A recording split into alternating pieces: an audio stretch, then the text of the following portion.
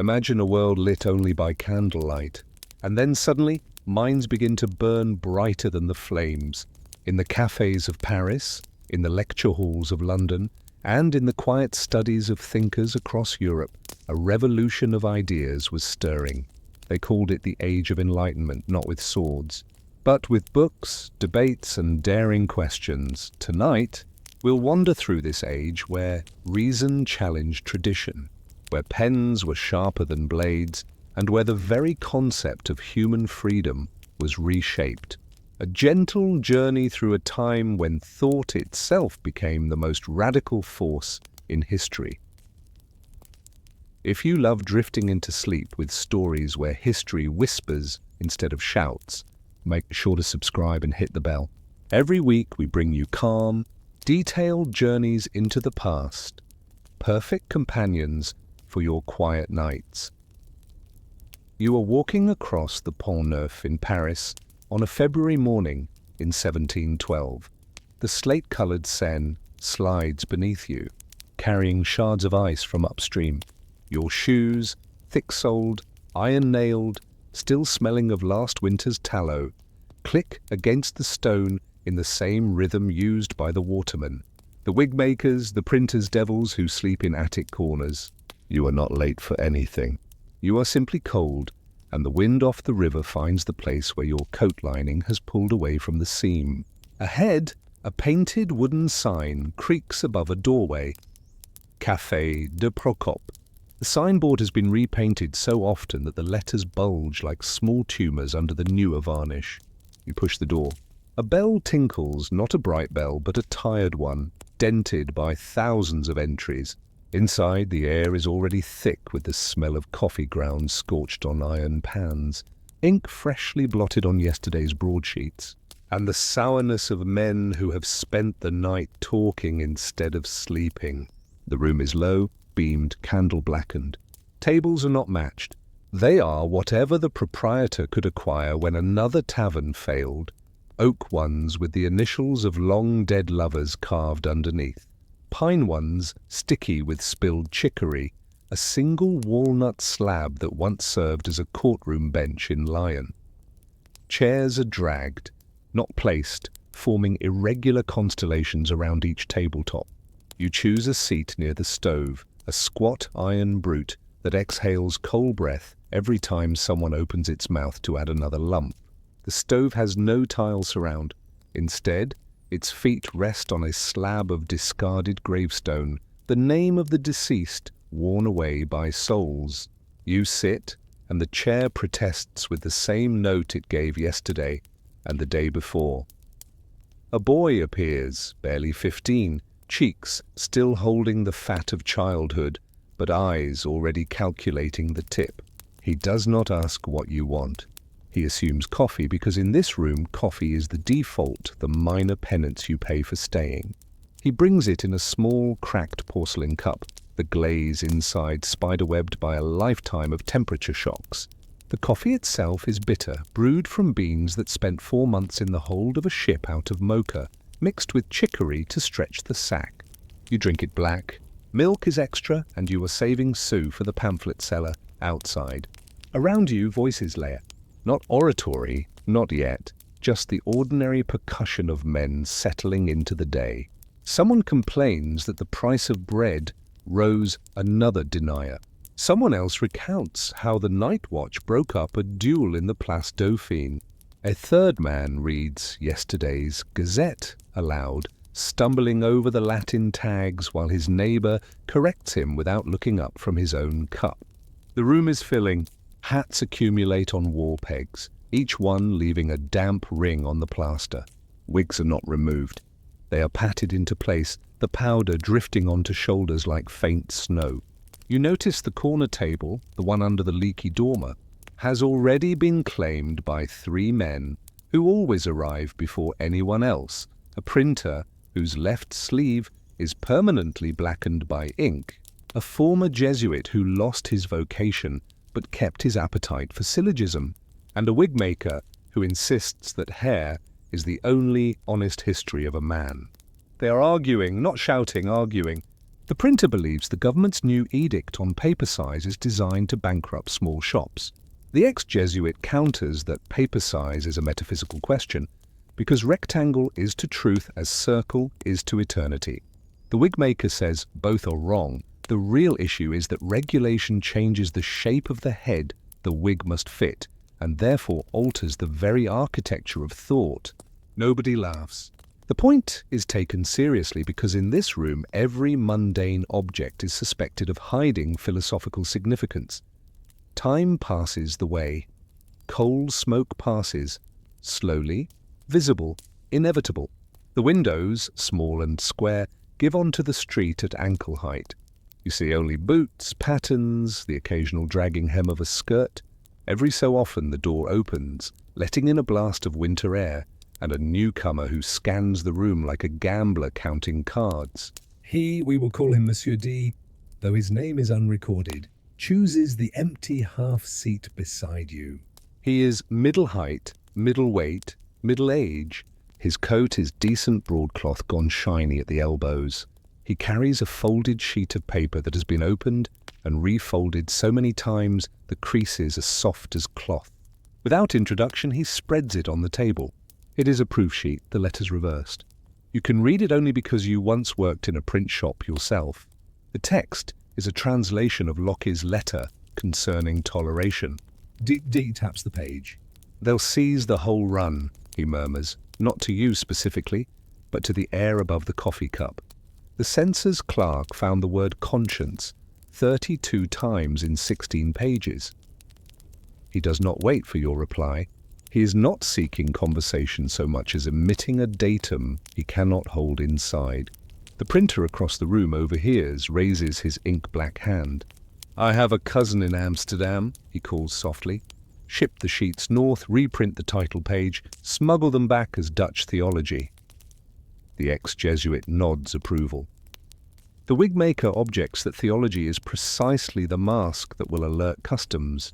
Around that corner table the conversation shifts, the way a slow river shifts when an unseen sandbar builds beneath. They are no longer discussing paper size.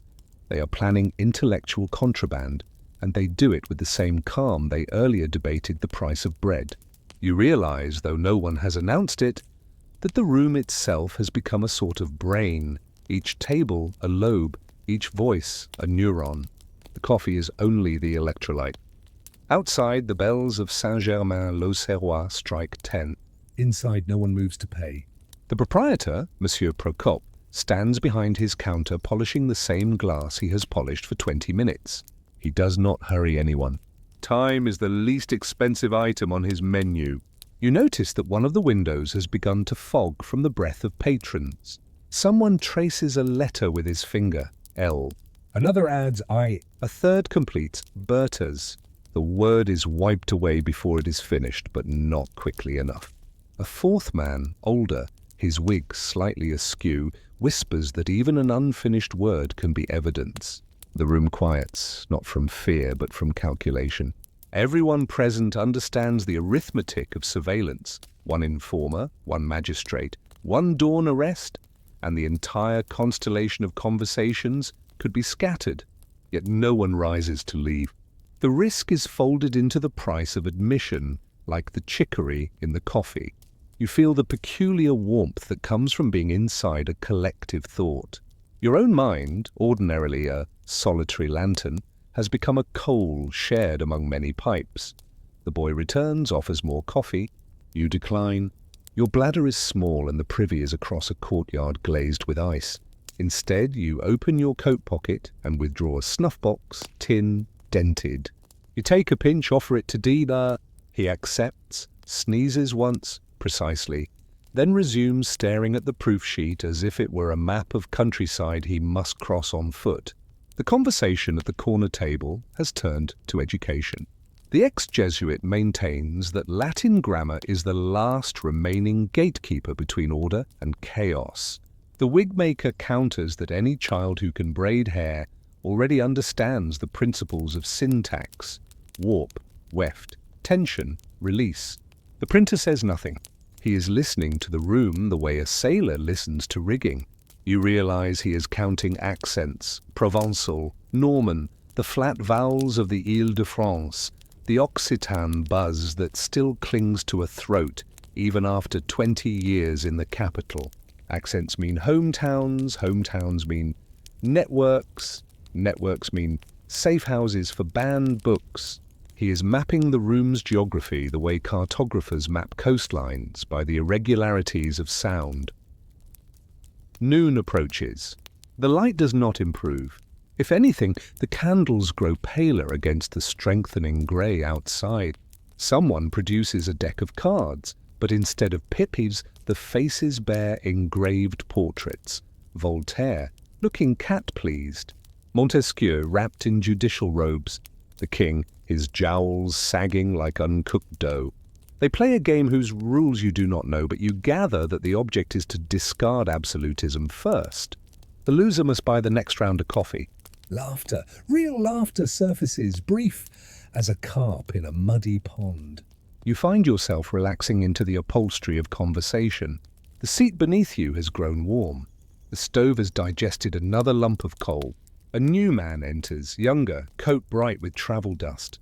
He carries a leather satchel from which protrude the corners of freshly printed octavos. He does not speak. He simply places one booklet on each table, face down, then leaves. No payment changes hands? You lift yours. Treatise on the Inoculation of Smallpox by Mr. M. Teed, physician. The paper smells of rivers and horse sweat. You understand that you have witnessed not commerce, but circulation. The way blood circulates without charging the veins interest. The afternoon settles into its own rhythm. Pipes are lit, go out, are relit. The windows fog completely. The street disappears. You are inside a breathing manuscript, each exhale adding a gloss to someone else's marginalia. Dashi has fallen silent. He is copying something into a small notebook, the ink so pale it must be watered with yesterday's coffee. You glance, columns of numbers, but interspersed with words like virtue and tolerance. Perhaps a cipher, perhaps merely accounting for an idealistic enterprise. You do not ask.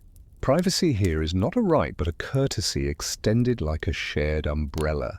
The bell above the door rings again. This time the newcomer is a woman, middle-aged, market basket over her arm. She is not fused service. Prostitutes are barred, but housewives seeking strong drink are tolerated. She asks for 2 cups to take away, paid for with a coin that has been clipped so carefully its edges feel soft. While she waits, she listens. Her eyes, small and bright as bird buttons, flick from table to table. You realize she is a relay. She will carry sentences home to a husband who cannot afford the coffee but hungers for the talk. The proprietor wraps the cups in brown paper. Steam blooms through the fibers like ghost handwriting. Evening begins not with darkness, but with the addition of more candles, their flames reflected in the window glass now turned black as a polished tombstone. The conversation thins, but the quality of attention thickens. Someone quotes a line from Horace, misremembers it, is corrected by the ex-Jesuit who supplies the missing dactyl. The printer hums a Huguenot psalm tune under his breath. The wigmaker taps his fingers, inventing a counter-rhythm. You understand that you have been present at the weaving of something, though you cannot yet name the garment. Your back aches from the chair's relentless right angle. Your feet have lost sensation. Still you do not leave. The room has become a sort of gravity, pulling thought into orbit, keeping it from drifting into the void where ideas die of loneliness. Dunskin folds his proof sheet, tucks it inside his waistcoat. He nods to you, a gesture that acknowledges shared witness rather than friendship. Then he stands, stretches, buttons his coat. One by one the others follow until only the proprietor and you remain. The stove sighs, digesting its last coal. You rise, joints creaking like old floorboards. Outside the cold is shocking, but it is an ordinary cold, the kind that belongs to winter, not to revolutions. You walk home through streets that seem unchanged, yet something has altered in the ratio of shadow to light. You cannot name it, but you feel it the way a man feels a coin sewn into his hem. Weight where there was none. As you undress in your rented room, you recall that not once did anyone speak the word enlightenment. They did not need to. The thing was happening in the spaces between words, in the steam on windows, in the misremembered Horace, in the woman carrying coffee to a husband who waited for sentences the way others wait for letters from abroad. You blow out your candle. Sleep comes slowly because your mind is still listening to a room that no longer exists, hearing conversations that will continue tomorrow at the same tables, with the same chipped cups, the same stove sighing on its slab of gravestone. Before oblivion takes you, you wonder if ideas can germinate in such ordinary soil, what crop might yet spring from the simple act of sitting still among strangers, drinking bitter coffee and refusing to hurry away. The question lingers, unfinished, like the word wiped from the fogged glass. Tomorrow the room will fill again, and the slow, boring, indispensable work of changing minds will resume, one lukewarm cup at a time. You return to the Café de Procope 3 weeks later, though return is the wrong word, because you never truly left. The conversations followed you home like stray cats, settling on your windowsill in the form of half-remembered syllables, pouring at your sleep with questions about paper dimensions and the metaphysical properties of rectangles. The February has deepened. The Seine carries thicker slabs of ice now, and the Pont Neuf's stone parapets wear collars of frozen spray. Inside the coffee house, nothing has changed except the details that matter. The stove still squats on its gravestone slab, but someone has carved a tiny initial into the coal dust, an R perhaps, or merely the accidental mark of a poker. The windows fog faster because the proprietor has switched from tallow to cheaper rushlights that produce more smoke than illumination. You choose the same table, though the chair has been repaired with a different species of wood, the grain-running counter to the original, creating a subtle disagreement you feel through your thighs. Today the room is louder, not from volume, but from density. A new group occupies the far corner, men wearing the dust of provincial roads still clinging to their cuffs. They are from Lyon, you gather, where the silk trade has collapsed again. One carries a sample book of patterns, peacock feathers, fleur-de-lis, the inevitable Chinese pagodas, though no one asks to see it. Instead they speak of looms, specifically the width of looms, and how the royal edict reducing maximum breadth from 24 inches to 18 will force weavers to unlearn the muscle memory of their shoulders.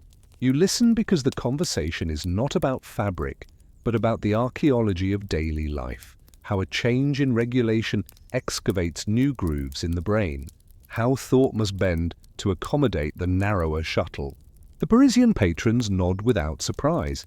They have grown accustomed to understanding politics through the lens of ordinary objects. Last week it was the diameter of pastry molds, the week before the weight of candle wicks. Everything is legislation in miniature. The boy brings your coffee, the same cup, the same crack, now stained darker. You notice he limps slightly. Yesterday he slipped on the courtyard ice while carrying slops. His injury is discussed by the corner table with the same solicitude they earlier devoted to Locke. Someone suggests a poultice of mustard and honey. Another recommends faith in the natural resilience of youth. The ex-Jesuit proposes that lameness is merely the soul's way of slowing the body to the speed of contemplation. The wigmaker counters that limping creates asymmetric tension in the scalp, producing asymmetrical thoughts. They debate this for 20 minutes, during which the boy continues serving, unconscious of his role as text for their exegesis. You realize that in this room, even disability becomes substrate for philosophy, the way bread becomes substrate for mold. Dean arrives later than usual, accompanied by a woman you have not seen before. She is perhaps 40, dressed in the neutral colors of mourning, though her eyes hold the alertness of someone who has recently stopped crying and discovered the world still exists. She carries a portfolio bound with grey ribbon. They choose the table beside you. Proximity in this room implies no intimacy, merely the geometry of available space. You hear fragments. She is a widow of a mathematics teacher from the Collège de Navarre, left with debts and a teenage son who draws diagrams in the margins of every surface. Dee Teeth spreads before her the same proof sheet you saw weeks ago, but now it bears additional marks, marginalia, in 3 distinct hands, crossings out that leave the paper tender as a bruise. They speak quietly, but the room has developed the acoustic property of confessionals. Words sink rather than travel. You gather they are calculating risk. The printer in Lion has agreed to reset the type, but demands payment in advance. The paper merchant wants double because the sheets must be transported disguised as wrapping for chocolate. The binder refuses to stitch the quires until he receives assurance that his name will appear nowhere. Each decision is weighed against the widow's remaining inheritance, a house in the Faubourg Saint-Marceau, too large for her needs, too encumbered with mortgage to sell easily. She touches the proof sheet the way a surgeon touches a wound, professionally, with respect for its capacity to heal or kill. The conversation shifts to her son. He has conceived, she says, a method for teaching geometry without diagrams, using only words. Deinsor is intrigued. The ex-Jesuit overhears and contributes that the Church once considered whether blind men could receive communion, concluding that faith resided in intention, not sight. This leads to 20 minutes on the epistemology of instruction. If a concept can be conveyed without visual aid, does it reside closer to truth? The wigmaker suggests that hair arranged in certain patterns can illustrate Euclidean propositions. The circumference at the nape equals pi times the diameter across the temples. Everyone accepts this as plausible.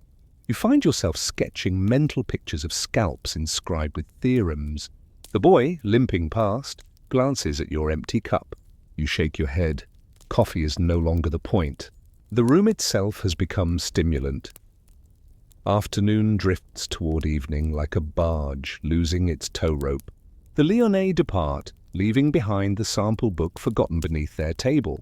Someone retrieves it, pages through the patterns, begins reading them as political allegory. The peacock represents court vanity, the pagoda foreign despotism, the fleur-de-lis centralized power.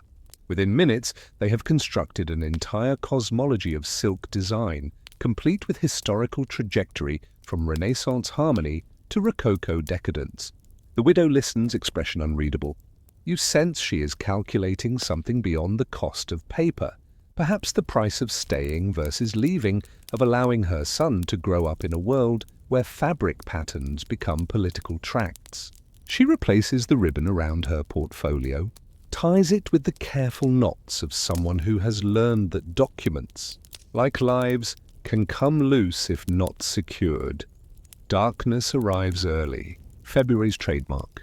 The proprietor lights additional rushlights, their flames the color of unhealthy urine. Shadows distort faces into caricatures. The printer's nose elongates into a beak. The ex-Jesuit's eyebrows become Gothic arches. Conversation turns theoretical, the way conversations do when the outside world disappears. They discuss the perfect society, beginning with the minutiae. How wide should streets be to prevent conspiracy but allow assembly? Should bread be sold at fixed prices or fluctuate according to the morality of the baker? If a man dies indebted to a coffee house, does his obligation survive him? And if so, can it be inherited? Each question is approached with the gravity of legislators drafting a constitution. You realize that utopia for these men is not a golden city but a corrected invoice, a street swept free of horse droppings, a world where coffee never grows cold. The widow speaks rarely, but when she does, her voice carries the authority of someone who has buried dreams beside husbands. She suggests that any society claiming perfection must first solve the problem of wet shoes in winter. Everyone nods. This is axiomatic. The evening deepens into that particular shade of coffeehouse night that exists nowhere else, neither domestic nor public. A twilight of perpetual interruption. A newcomer enters, breath smelling of river fog. He whispers to the proprietor, who whispers to the printer, who folds his proof sheet and slips it beneath the stove's gravestone slab. No explanation is offered. None is required. The room rearranges itself into innocence, pipes relit, chairs scraped, conversations restarted on innocuous topics, the price of onions, the probability of snow. You find yourself participating, discussing the best method for drying wet wool without shrinkage. Your voice sounds foreign to your ears, as if borrowed from a character in a play you once attended. The widow rises to leave. D2 escorts her to the door, returns alone. He does not speak of her departure. Perhaps she will return tomorrow, perhaps not. In this world, relationships are measured in coffee spoons, and endings are indistinguishable from pauses. Closing time arrives not by clock but by the proprietor's subtle signals, stacking chairs, emptying dregs into a communal bowl, allowing the stove to die. Patrons depart, one by one, each pausing at the door as if reluctant to re-enter the simpler cold. You linger, helping the boy collect cups. Your fingers brush the crack in yours. It has grown, imperceptibly, like a relationship ending. Outside, the moon has risen, a thin blade scraping the sky. You walk home through streets that seem newly invented, each cobblestone a proposition requiring examination. In your pocket you carry nothing tangible, no pamphlet, no diagram, yet something has shifted. The widow's dilemma, the Lyonnaise looms, the geometry of limping boys have braided themselves into a question you cannot yet articulate. How does change actually happen? Not in the thunderclap of revolution, but in the slow accretion of ordinary choices, whether to reset type, whether to transport paper disguised as chocolate, whether to trust a room full of strangers with your last inheritance. You reach your lodgings, blow out your candle, but sleep resists. Behind your eyelids, you see the coffee house as it will appear tomorrow. Same tables, same cups, same stove, sighing on its tombstone, yet transformed by the simple fact of continuation. The conversation will resume at the precise moment it paused, the way a heart pauses between beats, but is never truly still.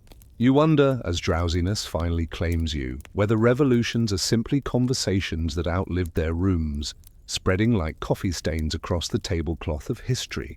The question hovers, unresolved, while outside the winter night holds its breath, waiting for tomorrow's door to open and the first customer to shake snow from his boots, unaware that he is joining a dialogue begun centuries earlier and destined to continue long after his own. Voice has fallen silent. Summer arrives at the Café de Procope the way ink dries on cheap paper, gradually, then completely.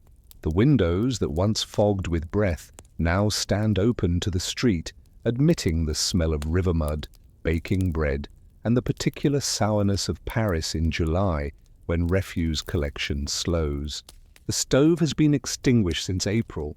Its gravestone slab now serves as impromptu seating for patrons who prefer their discussions with a breeze.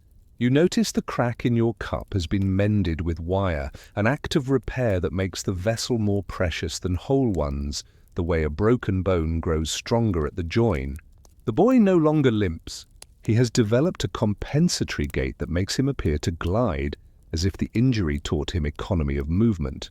The corner table under the dormer has acquired a new regular, the widow's son, now 17, whose geometric diagrams have evolved into architectural sketches. He draws on scraps of discarded proof sheets, turning errors into floor plans for impossible buildings.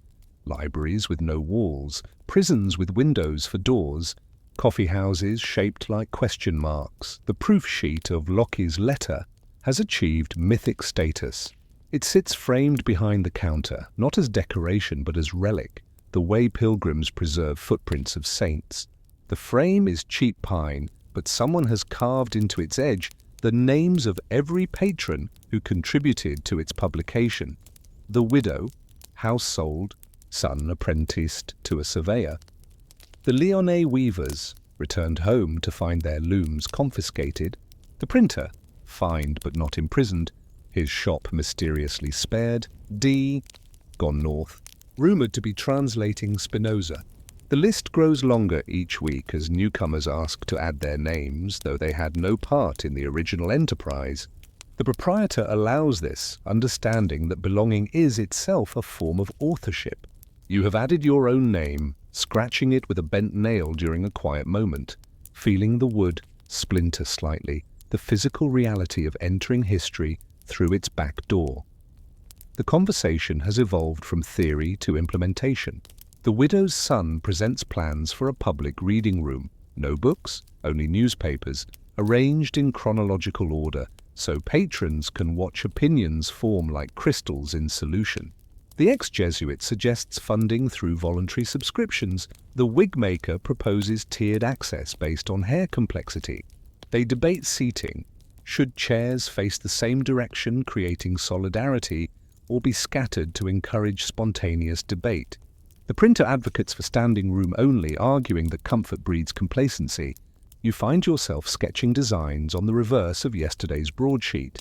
Tables at varying heights to accommodate different postures. Acoustics that amplify whispers while muffling shouts. Windows placed to catch morning light but exclude afternoon heat.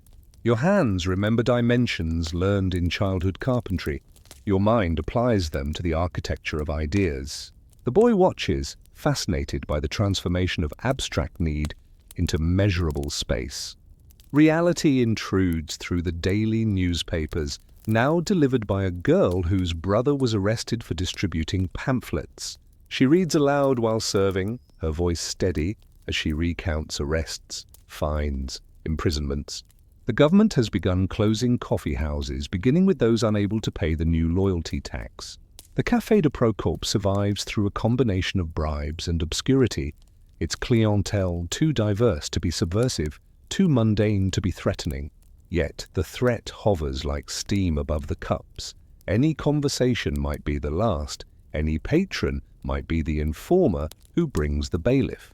You watch for signs, the man who asks too many questions, the woman who writes instead of speaks, the stranger who arrives early and leaves late.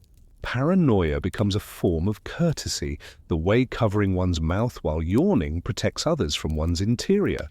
The widow's son has learned to hide his sketches inside hat linings.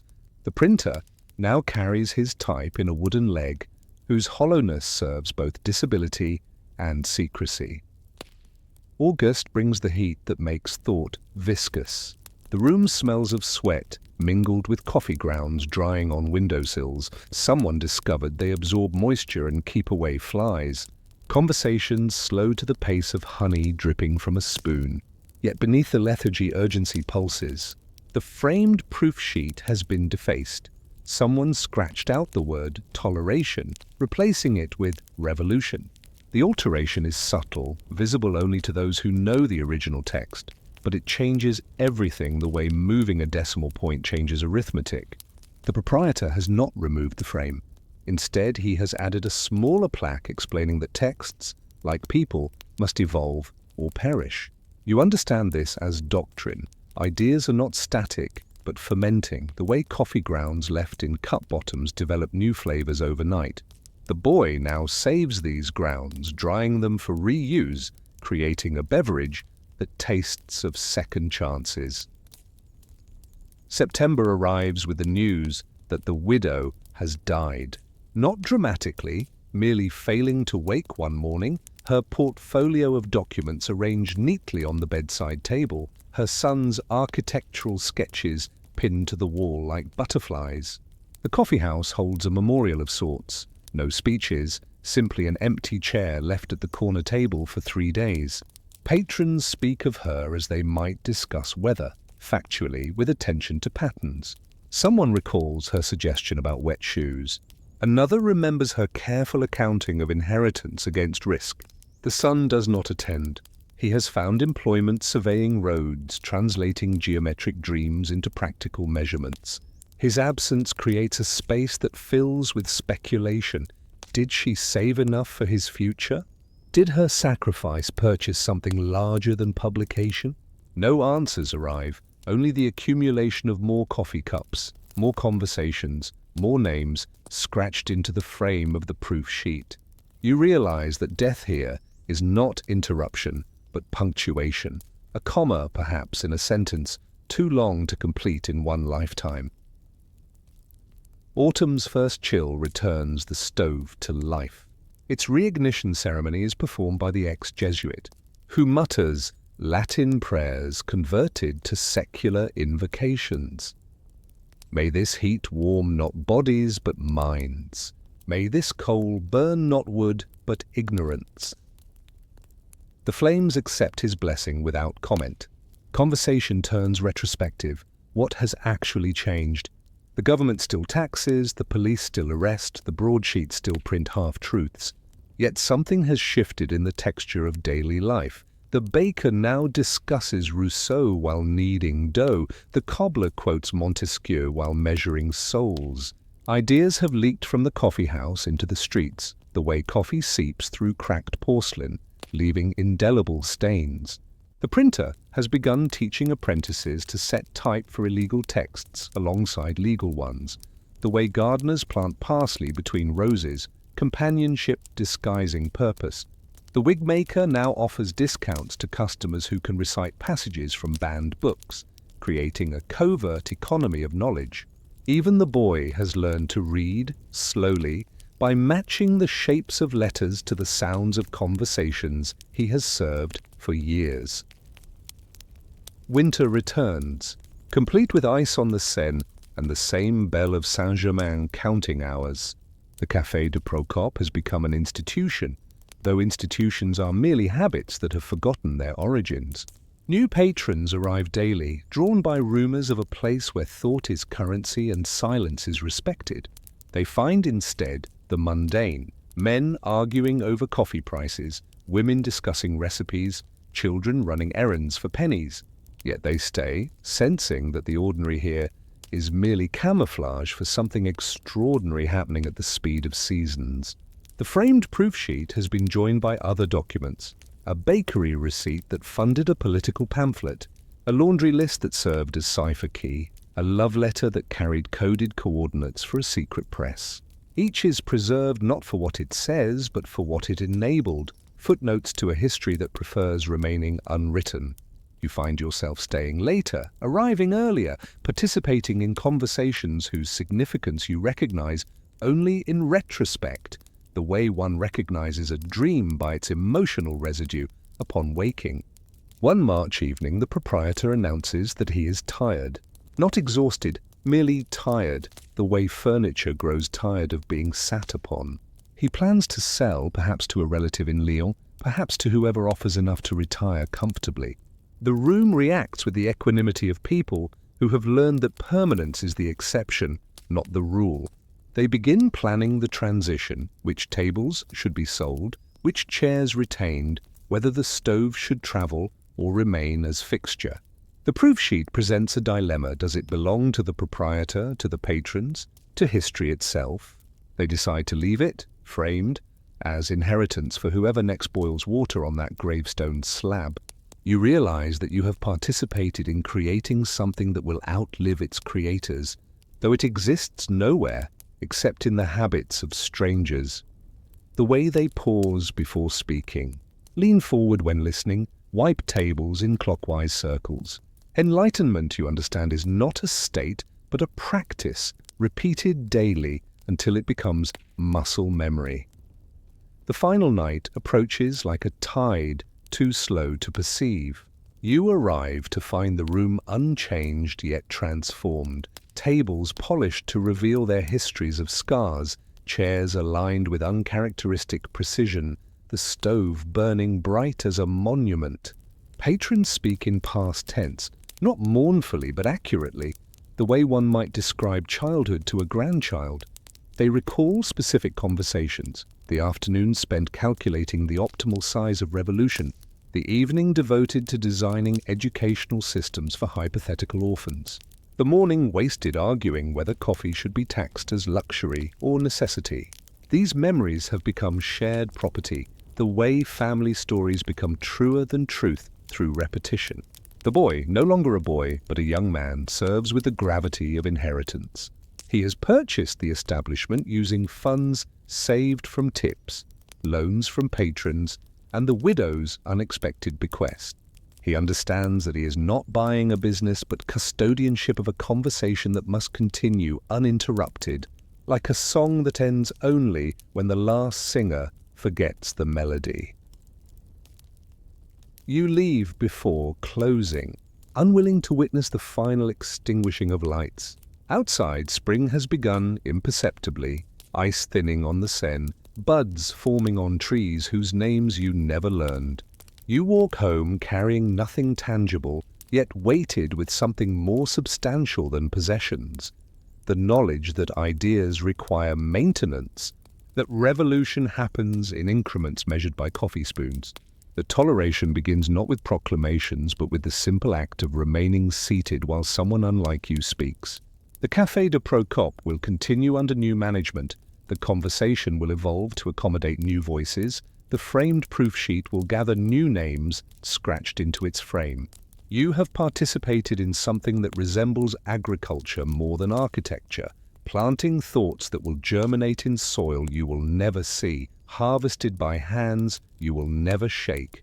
As you undress in your rented room, you understand that the Enlightenment was never about the triumph of reason over superstition, but about the creation of spaces where reason could be practiced imperfectly, intermittently, by people who needed coffee more than certainty. The conversation continues tomorrow and tomorrow and tomorrow, each cup poured adding its microscopic weight to the slow, boring, irresistible accumulation of change. You blow out your candle, listening to the city's heartbeat through the floorboards, and realize that you have become, in ways too subtle to name, a footnote to a story that prefers remaining unfinished. Like the last cup left cooling on a table whose wood remembers every hand that ever paused. However briefly, in the act of thinking before speaking, you are riding in a mail coach leaving Strasbourg at dawn in October 1745. Though riding is generous, perched is more accurate. Squeezed between a lawyer snoring garlic and a merchant whose coat pockets jingle with copper coins, each one stamped with the year of his birth. A superstition he explains without being asked. The coach is new, built to the latest specification, iron straps reinforcing the oak frame, leather curtains that can be lowered against rain, springs that promise to reduce the jolting, though they merely distribute it more evenly across the spine. You are not traveling for pleasure, but as part of the system, a minor clerk in the postal bureaucracy who has learned that the difference between official business and personal curiosity is rarely examined when seats are scarce. The road beneath is Roman in origin, its stones long since ground to gravel that sprays against the coach wheels like applause.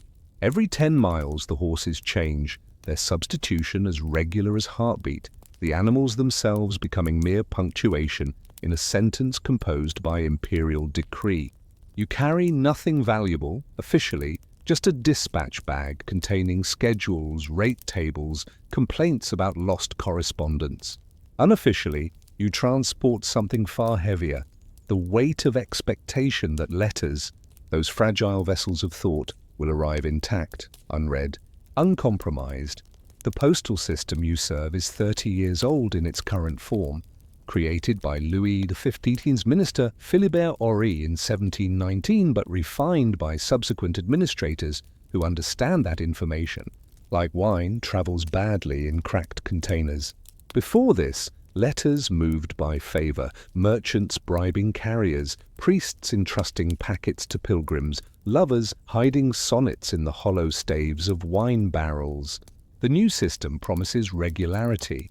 Schedules posted in every market square, rates calculated by weight and distance, seals that guarantee, or pretend to guarantee, privacy. Yet you have learned that promises are easier to print than fulfill. At each posting station you witness the informal economy, the station master who sells information about wealthy travelers, the groom who opens diplomatic pouches, searching for giftable snuff, the widow who steams open love letters to extract blackmail material, then reseals them with skill learned from her husband's funeral invitations. The system functions not because it is honest, but because it is habitual. People have grown accustomed to writing par la poste instead of by favor of and pretending the difference matters. Your seatmate, the merchant, belongs to this new habit. He writes weekly to his brother in Marseille, though their correspondence consists primarily of weather reports and bread prices, information that could be gleaned from any broadsheet. Yet he insists on the personal touch, as if the act of writing transforms meteorology into intimacy. You have read such letters in your official capacity, part of the censor's random sampling that everyone pretends is random. They reveal nothing except the human need to mark time through communication, the way trees mark seasons through rings. The merchant asks if you have noticed how paper quality has declined, how the new rag content produces a surface that bleeds ink, making thoughts appear to weep. You have noticed. It is part of your job to notice. The paper comes from mills near the Swiss border, where Protestant workers refuse to bless the pulp, resulting in sheets that lack the moral fiber. He makes this joke without smiling of earlier production.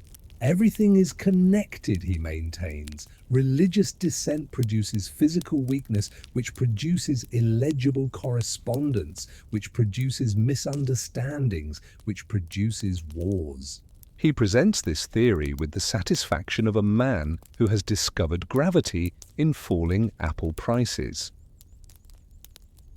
At the first relay station, you witness the system's poetry.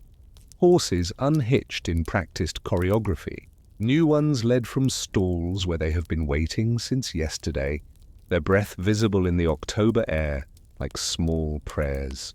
The ostler knows each animal by name and temperament. Bell, who kicks when approached from the left. Comet, who requires singing to maintain pace. Pantaleon, whose shoes must be checked for stones every journey because he picks them up deliberately, the equine equivalent of sabotage. These details are recorded nowhere official but passed orally, the way folk remedies travel from grandmother to midwife. You realize that the postal system functions through such unofficial knowledge, the invisible threads that supplement the visible chains of regulation. The dispatch bag you carry contains instructions for everything except what actually matters. Which horse will founder if ridden in rain? Which station master can be trusted with medical emergencies? Which sections of road become impassable when the river rises? This knowledge exists in the interstices, the way scent exists between flowers and noses. The coach departs without the lawyer. He has decided to break his journey here, claiming business but really seeking the station master's daughter, whose reputation for reading novels aloud while mending stockings has achieved regional fame.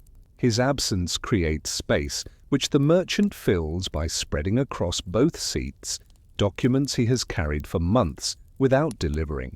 Price lists from Lion Silk merchants, inventory sheets from Amsterdam spice brokers, a love letter from a woman in Cologne whose German phrases he cannot read, but whose handwriting suggests beauty through its careful ascenders. You realize that correspondence, like luggage, accumulates mass through neglect.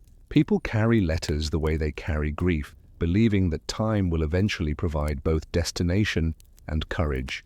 The merchant offers to sell you the German letter for half its postage cost, claiming that mystery contains its own value. You decline, but pocket it anyway when he sleeps, unable to resist the weight of unread emotion. Night falls with the abruptness of curtains closing on a failed play. The coach lamps paint yellow circles on the road that reveal only what is immediately necessary. The next pothole, the approaching milestone, the eyes of animals caught contemplating crossing. Inside, darkness creates intimacy that daylight avoided. The merchant, softened by fatigue, confesses that his business is failing, that the regular correspondence with his brother is less about maintaining relationship than maintaining appearance. The way a man continues wearing a wig after his hair has fallen out. He asks if you have ever written a letter, knowing it would never arrive. You have, though not in the way he means. Official correspondence rarely reaches its stated recipient. Instead, it travels through layers of clerks, each adding marginalia like barnacles on a ship's hull. By the time the original message surfaces, it carries more weight in commentary than content.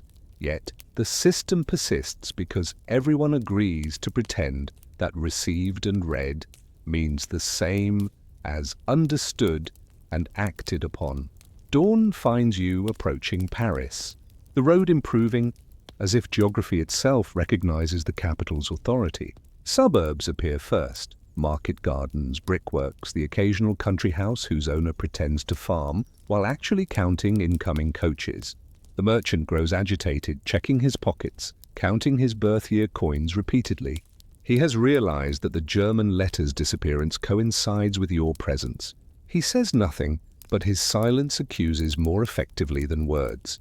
You consider returning it, but the moment has passed. Theft acknowledged becomes relationship defined, and you prefer remaining merely the clerk who happened to share a journey. Instead, you offer to deliver his Marseille correspondence personally, knowing this small favor will erase larger grievance. He accepts with the resignation of a man who has learned that business, like digestion, proceeds more smoothly when one stops examining its processes. Paris reveals itself gradually. First, the smell. Wood smoke, sewage, fresh-baked bread arriving in layers like geological strata, then the sound, cartwheels on cobblestones, vendors shouting, church bells arguing across the dawn. The merchant departs at the first city gate, vanishing into streets that accept him without comment. You continue to the central post office, a building whose grandeur seems designed to intimidate correspondents into behaving properly. Inside, clerks move with the deliberate pace of people who understand that urgency in others does not constitute emergency in themselves. You deliver your dispatch bag, watching its contents disappear into pigeonholes whose labels, Bordeaux, Lille, Vienna, suggest destinations but really signify probability. Some letters will arrive, others will not, statistics balancing like scales that measure not justice but persistence. The official who receives your bag does not open it. Instead, he weighs it, records the weight, and directs you to the payment office. You have carried thoughts across France, but your value is calculated by kilogram. Walking back through streets waking to morning, you feel the peculiar emptiness that follows completion of routine tasks.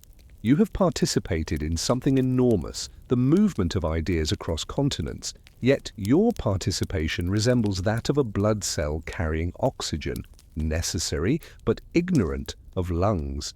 The German letter remains in your pocket, a small theft that feels increasingly like rescue. You find a bench beside a fountain whose water smells of iron, and read it finally, translating the Gothic script slowly. Not love at all, but a recipe for preserved lemons, sent by a mother to a daughter who has married into a family whose cuisine discards flavor.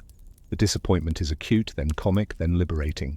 You have stolen not passion, but domesticity, not betrayal, but continuity. You fold the paper carefully, place it between pages of your notebook where it will serve as bookmark for reports on postal efficiency.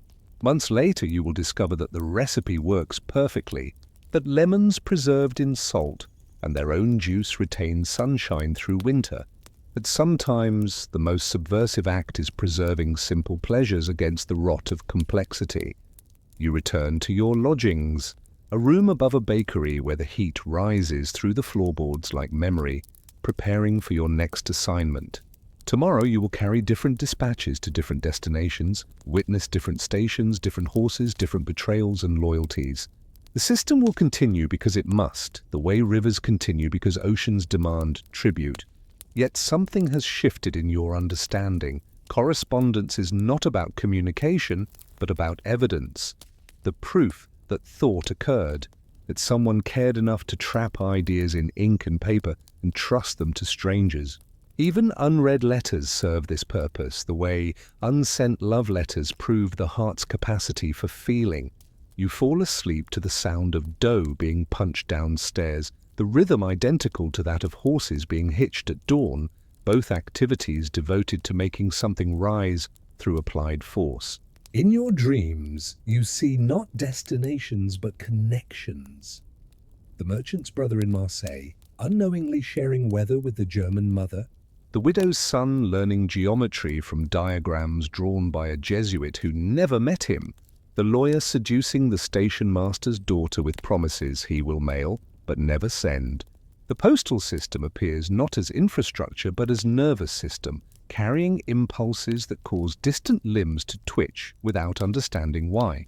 You wake before dawn, dress in darkness, prepare to continue the slow, boring, essential work of moving thoughts through space at the speed of horses, knowing that somewhere a woman waits for weather reports while a mother wonders if her daughter has tried the lemon recipe, understanding that you carry not just dispatches but the invisible threads that weave individual loneliness into the fabric of collective consciousness. The question that follows you into the street is not whether the system works, it works because it must, but whether the threads will hold when pulled by forces larger than correspondence. When the letters stop arriving and the waiting becomes not interlude but lifestyle, when the postal system that changed everything becomes itself subject to change it cannot deliver to itself. You have been reassigned to the Alpine route, a journey that takes you through passes where winter arrives in August, and the mail coach becomes an act of faith against geography. The dispatch bag you now carry contains something unusual, a single letter addressed to Paida the philosopher. Geneva. No name, no street, merely the city and the title.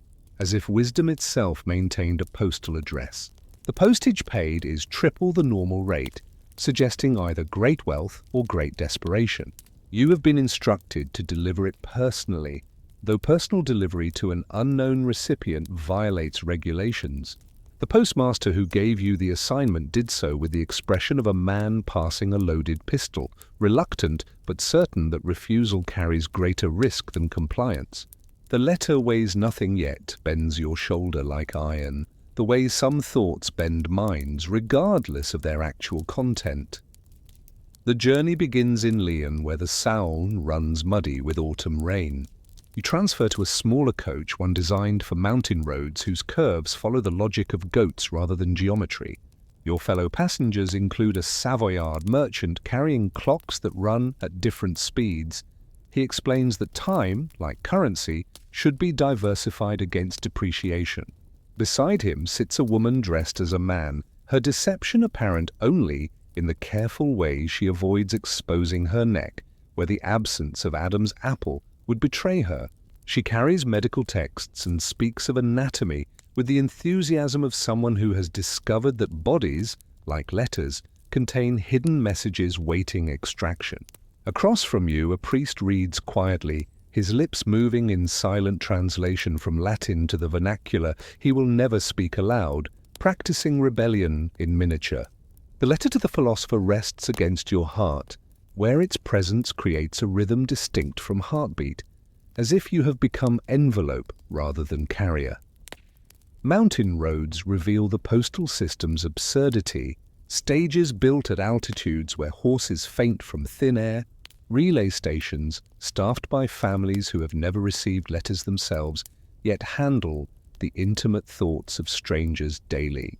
At the highest pass, you encounter a station where the master has developed a philosophy of delay. He believes that correspondence should move at the speed of contemplation, not commerce. He feeds horses deliberately, files their hooves slowly, discusses weather with the patience of someone who understands that mountains will not be hurried. You present your urgent dispatch. He examines it with the curiosity of a man reading palms, noting the watermark, the quality of sealing wax, the pressure of handwriting that has bled through slightly, creating ghost images of words you cannot read but can sense through the paper, like bruises beneath skin. He remarks that some letters carry emotional weight disproportionate to their physical mass, then delays your departure by insisting that the lead horse requires new shoes, though the animal appears sound. You understand this as theology. Some forces must be resisted to prove they can be resisted, the way saints resisted temptation to prove virtue. The priest reveals himself as defrocked, not through confession, but through questions. He asks about the recipient of your mysterious letter, whether you have considered the ethics of delivering messages whose content you neither know nor understand. He speaks of the medieval practice of clerical immunity, the right of clergy to carry correspondence without inspection, and how this privilege evolved into the modern postal seal, which is less protection than pretense. The woman across from you removes her hat, revealing hair shorn close to the skull, the style of medical students who must choose between femininity and professionalism. She speaks of letters she has read in the name of science, correspondence between anatomists discussing bodies they have dissected, hearts they have weighed, souls they have failed to locate. She maintains that privacy is illusion, that every sealed letter contains an invisible reader in the form of future curiosity. The Savoyard merchant disagrees. Time, he insists, is the only true seal. Letters buried for centuries become meaningless regardless of their original secrecy, the way carbon becomes diamond regardless of its previous life as wood. You find yourself defending the sanctity of correspondence, though your professional life consists of violating that sanctity daily. The letter against your chest grows warm, as if participating in the debate. Geneva appears gradually. First, the lake, flat as correspondence paper, then the city itself climbing the hill in logical stages like arguments building toward conclusion. You have been instructed to deliver the letter to a specific cafe near the university, though universities, you have learned, are merely formalizations of coffeehouse conversations. The establishment is ordinary: low ceilings, smoke-stained beams, tables scarred by generations of students who carved their initials as if proving existence through vandalism. You order coffee, the local preparation, thick as politics, and wait for the philosopher to reveal himself. Method is unclear. Will he announce his identity? Must you guess? The letter becomes heavier with each minute. The way pregnancy becomes more visible with each day, despite remaining fundamentally the same. You observe other patrons. A man writing continuously in a notebook whose pages he tears out and burns immediately after filling. A woman translating Arabic poetry into French while weeping. A group of students debating whether Descartes' "I think" should be translated as "I doubt" in languages where the verbs share roots. None appears philosophical in the grand sense, yet all seem engaged in the slow, boring work of making sense of existence through language. The philosopher arrives as weather, noticed only after he has changed the atmosphere.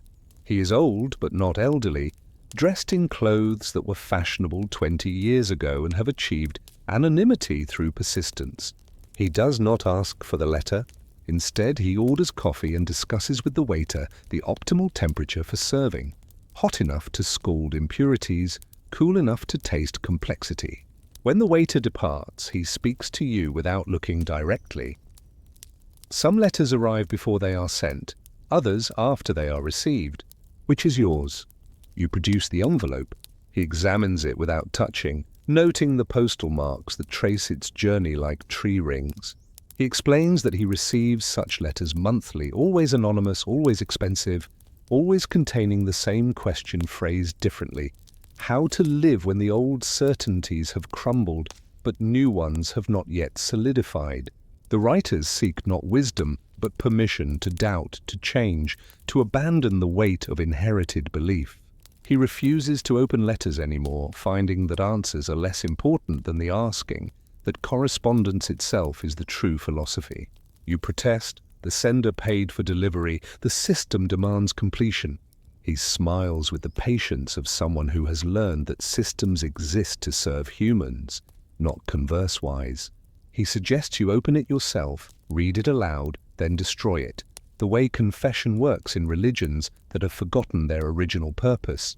You refuse, but not from principle. Rather from recognition, the letter is addressed to you as much as to him, the way all philosophical questions are ultimately personal. The philosopher understands this without your explanation. He speaks of the postal system as metaphor for enlightenment itself. Networks connecting individuals across distances too vast for direct communication, creating community through delay and mediation, trusting that thoughts will arrive transformed but intact, the way wine travels in barrels that flavor it while preserving its essential nature. He has watched Geneva become a node in this network, receiving ideas from Paris, London, Amsterdam, transforming them through local context, sending them onward with additions and corrections. The cafe serves as distribution center, where thoughts are unpacked, examined, repacked, and forwarded, not through official channels, but through travelers who carry ideas the way they carry diseases, unknowingly, inevitably, with results that manifest long after departure. He himself has never written a philosophical treatise, finding that conversation serves the same purpose with greater honesty. Treatises pretend to finality, conversations acknowledge provisionality. The letter remains unopened. You carry it back to your lodgings, where it sits on your desk like a pet that has learned to communicate through silence. Over the following weeks, you find yourself writing responses to questions you cannot read, the way some people speak to the dead with confidence that understanding transcends language. Your answers are not philosophical in the academic sense. They discuss instead the proper method for packing fragile items, wrap each thought in paper that has already served another purpose, the optimal route for avoiding customs inspections, travel during festivals when officials are drunk on local wine, the etiquette of reading others' correspondence, always wash hands first, as if preparing for surgery. You discover that advice about postal logistics bleeds seamlessly into advice about living. Both require planning for delays, packaging for rough handling, accepting that some items will arrive damaged regardless of care. The philosopher was correct. The question matters more than the answer, the asking more than the receiving. You begin addressing your responses to losing the correspondent, Strasbourg, creating a closed loop where sender and receiver are the same person viewed from different temporal positions. Months pass. The alpine route becomes routine. The way marriage becomes routine, not through lack of drama, but through acceptance that drama exists in the interstices of repetition. You deliver other letters, some opened, some not, some containing revolutionary proposals, others merely recipes for soup. Each contributes its microscopic weight to the slow accumulation of change that characterizes the Enlightenment more than any single declaration. The postal system expands, new routes, new rates, new regulations designed to accommodate the growing appetite for connection. People begin writing more frequently but saying less, the way some people speak more when they have nothing to say. You observe this phenomenon without judgment, understanding that frequency itself carries meaning, the desire to be thought of, to maintain presence in another's consciousness through the simple fact of correspondence. A letter that says nothing still says, "I remember you," which in an age of increasing mobility becomes radical statement. The unopened letter eventually returns to you, forwarded through channels that have become so convoluted its origin is untraceable. Someone has added a note in different handwriting. Delivery refused. Recipient deceased or never existed. You understand this as liberation. The question has been freed from its original context, becoming universal rather than personal. You place it unopened in the stove of your alpine lodging, watching it burn with the patience of someone who has learned that some thoughts must be consumed to be understood. The flames illuminate the room briefly, showing walls decorated with postal schedules that have become aesthetic objects, timetables arranged in patterns that suggest mandalas, rate charts whose numerical sequences approach music. You realize that the postal system has become not just your employment, but your meditation practice, the way some people use prayer beads or spinning wheels to focus attention on the essential mystery of repetition. Each letter, each journey, each delivery is both unique and identical, the way waves are distinct yet composed of the same water. The Enlightenment proceeds not through the content of correspondence, but through its existence, proof that individuals can maintain connection across distance, time and difference, that thoughts can travel farther than their thinker, that the slow accumulation of ordinary communications creates the conditions for extraordinary change. You fall asleep to the sound of coaches changing horses in the station below, the rhythm identical to your first night, yet completely different. Like a song sung by different voices across centuries, each iteration both preserving and transforming the original. The way postal system preserves the possibility of human connection while transforming its content beyond recognition. The question that follows you into dreams is not whether the system works, it clearly does, but whether the transformation is loss or translation. Whether ideas arrive changed because they have matured or because they have died. Whether the postal system that changed everything has itself become subject to changes it cannot deliver to itself. Whether the Enlightenment is ultimately about the possibility of communication or the impossibility of perfect understanding. Whether the slow boring of hard boards that characterizes progress includes the boards themselves becoming bored with being bored.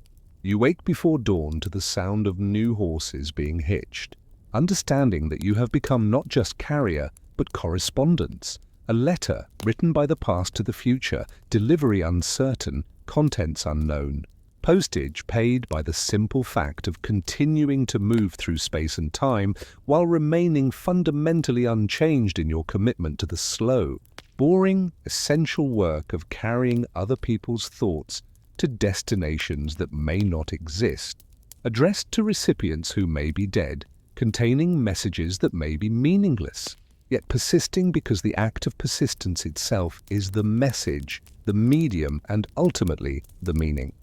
The alpine route has become your life's geometry, up and down the same passes with the seasonal variations that distinguish repetition from eternity.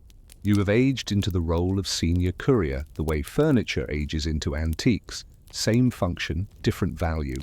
The postal system itself has evolved from imperial utility to public necessity. Its rates standardized, its schedules published in almanacs that farmers consult, alongside weather predictions. Yet, you have learned that expansion creates new forms of inefficiency. The more connections the system provides, the more connections people demand, creating a hunger that grows faster than its satisfaction. Letters now travel not just between cities, but between villages, not just monthly, but weekly, carrying not just business, but gossip, not just news, but the mere fact of having news to share. The system has become victim of its own success. The way a bridge becomes crowded after proving its usefulness, ultimately transforming the landscape it was designed merely to cross. Geneva has become your second home, though home suggests stability foreign to the courier's existence. You lodge with the same widow who has hosted postal workers for 3 decades. Her house organized around the rhythms of departure and arrival, rooms decorated with travel schedules, meals timed to coach departures, conversations structured around anticipated delays. She has developed theories about the emotional weight of correspondence, how letters from lovers smell different than letters from creditors, how legal documents carry tension that manifests as cracks along their folds, how some messages arrive already read through the simple fact of having been carried. Her observations are not mystical but practical, the way farmers read weather in animal behavior. She keeps a collection of undeliverable letters, their addresses illegible, or recipients deceased, stored in a trunk whose key she wears as necklace. Sometimes during storms that strand travelers, she opens random letters and reads them aloud, creating collages of human communication that reveal patterns invisible to individual correspondents. The seasonal migration of worry, more letters about illness in winter, about finances in spring. The geography of affection, shorter distances produce longer letters. The archaeology of relationships, layers of correspondence that begin formally and end with crossed-out signatures, evidence of intimacy outgrowing convention. The unopened letter from years earlier has achieved mythic status in your memory. The way childhood wounds become more significant through retelling. You have come to understand that its refusal was itself delivery. The philosopher's decision not to read it transmitted more meaning than its contents could have contained. This realization has transformed your approach to correspondence. You now treat each letter as complete in itself, requiring neither opening nor response to achieve meaning. The address alone constitutes communication. The way a name spoken aloud invokes presence regardless of response. You have begun collecting addresses the way some people collect pressed flowers, not for what they contain, but for what they represent. Connection attempted, relationship acknowledged, thought externalized and directed outward. Your room contains hundreds of such addresses, copied into notebooks arranged by region, then by emotional tone, urgent, affectionate, businesslike, then by handwriting style, flowing, cramped, angular. The collection serves no practical purpose, yet provides the satisfaction of archaeology, evidence that humans persist in attempting connection despite evidence of its difficulty. The widow's trunk yields unexpected treasures, a letter written by a mother to her son, both of whom died before delivery, correspondence between business partners whose enterprise failed decades earlier, but whose letters continued for years, discussing partnerships that existed only in their communication.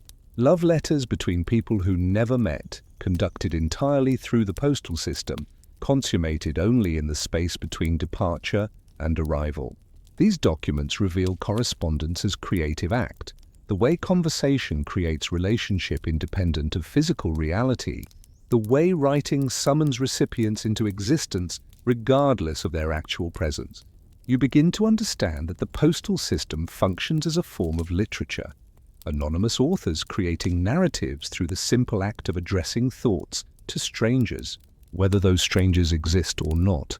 The Enlightenment itself proceeds through such acts of imagination, people writing to ideas personified, to future generations, to versions of themselves they hope to become through the simple fact of having written.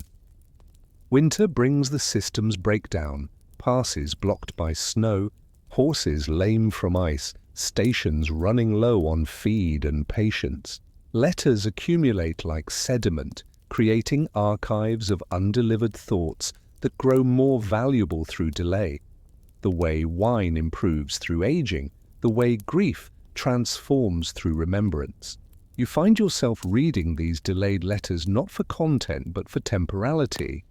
The way hope persists despite evidence of its futility, the way affection maintains its tone regardless of abandonment, the way business proposals continue to discuss profits that will never materialize.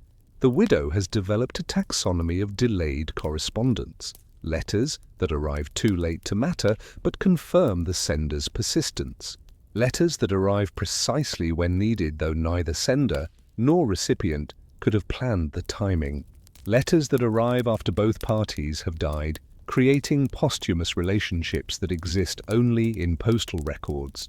She maintains that the most important letters are those never delivered, the way the most important conversations are those never had, existing in potential as pure possibility untainted by actual expression.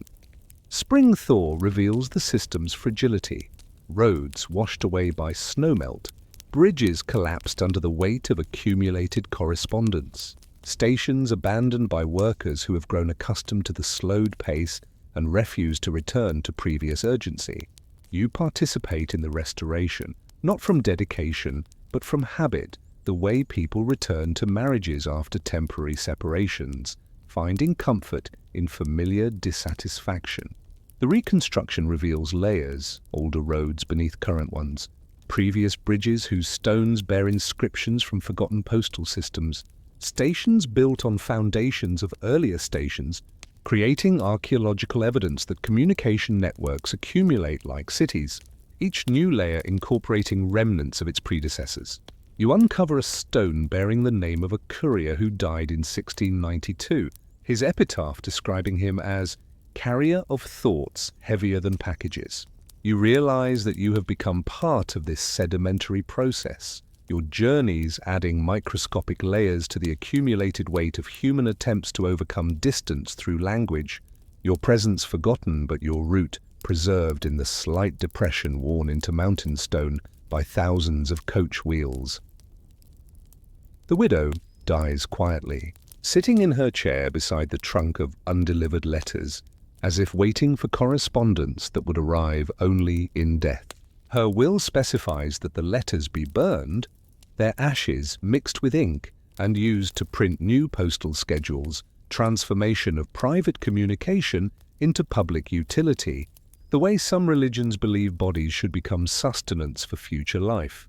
You supervise this process, watching decades of human emotion reduced to grey powder that will guide future travelers through routes you have walked for years. The ceremony is neither sad nor happy, but accurate. The way accounting balances regardless of emotion, the way systems continue regardless of individual participation. You inherit her house but not her trunk. The Postal Administration claims that undeliverable correspondence remains government property regardless of death, the way unclaimed goods revert to the Crown. You do not protest.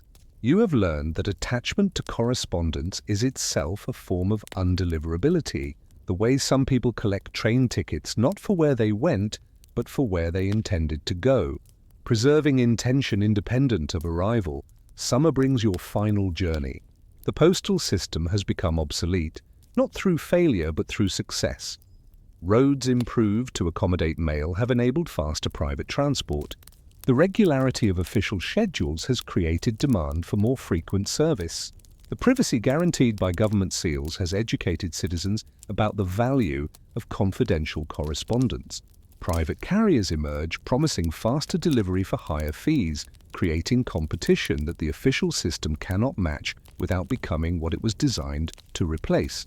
You understand this as evolution. The creature that learns to run must eventually abandon the shell that protected it while stationary.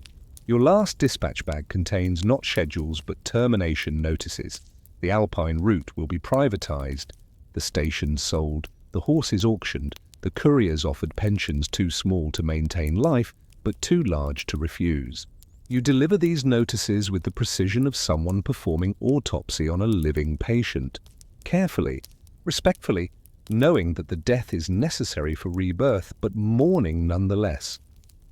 The final delivery is to Geneva, to the same cafe where years earlier you failed to deliver the letter to the philosopher. He is still there, older but not elderly, still ordering coffee at optimal temperature, still refusing to read correspondence. You present him not with a letter but with the wooden leg belonging to the printer who taught you that type can be disguised as furniture. The printer died last winter, leaving instructions that his wooden leg, hollow, containing type for banned books, be delivered to the man who understood that ideas travel best when packaged as something else. The philosopher accepts this gift without surprise, as if receiving the inevitable conclusion of a conversation begun years earlier. He speaks of the postal system as completed metaphor, the way it taught people to think of themselves as connected across distance, the way it created demand for ideas that could not be contained by official channels, the way it trained citizens to expect regular communication from invisible sources, the way it transformed private thought into public utility. The Enlightenment, he maintains, was not about the content of ideas, but about the infrastructure that allowed ideas to circulate, the way blood cells carry oxygen without understanding lungs, the way letters carry thoughts without understanding minds. The postal system that changed everything has itself been changed, its purpose served by becoming obsolete, its lesson learned through abandonment rather than completion. You return to the Alpine route one final time, not as courier but as passenger, carrying nothing but the notebook where you have recorded addresses without letters, conversations without conclusions, journeys without arrivals.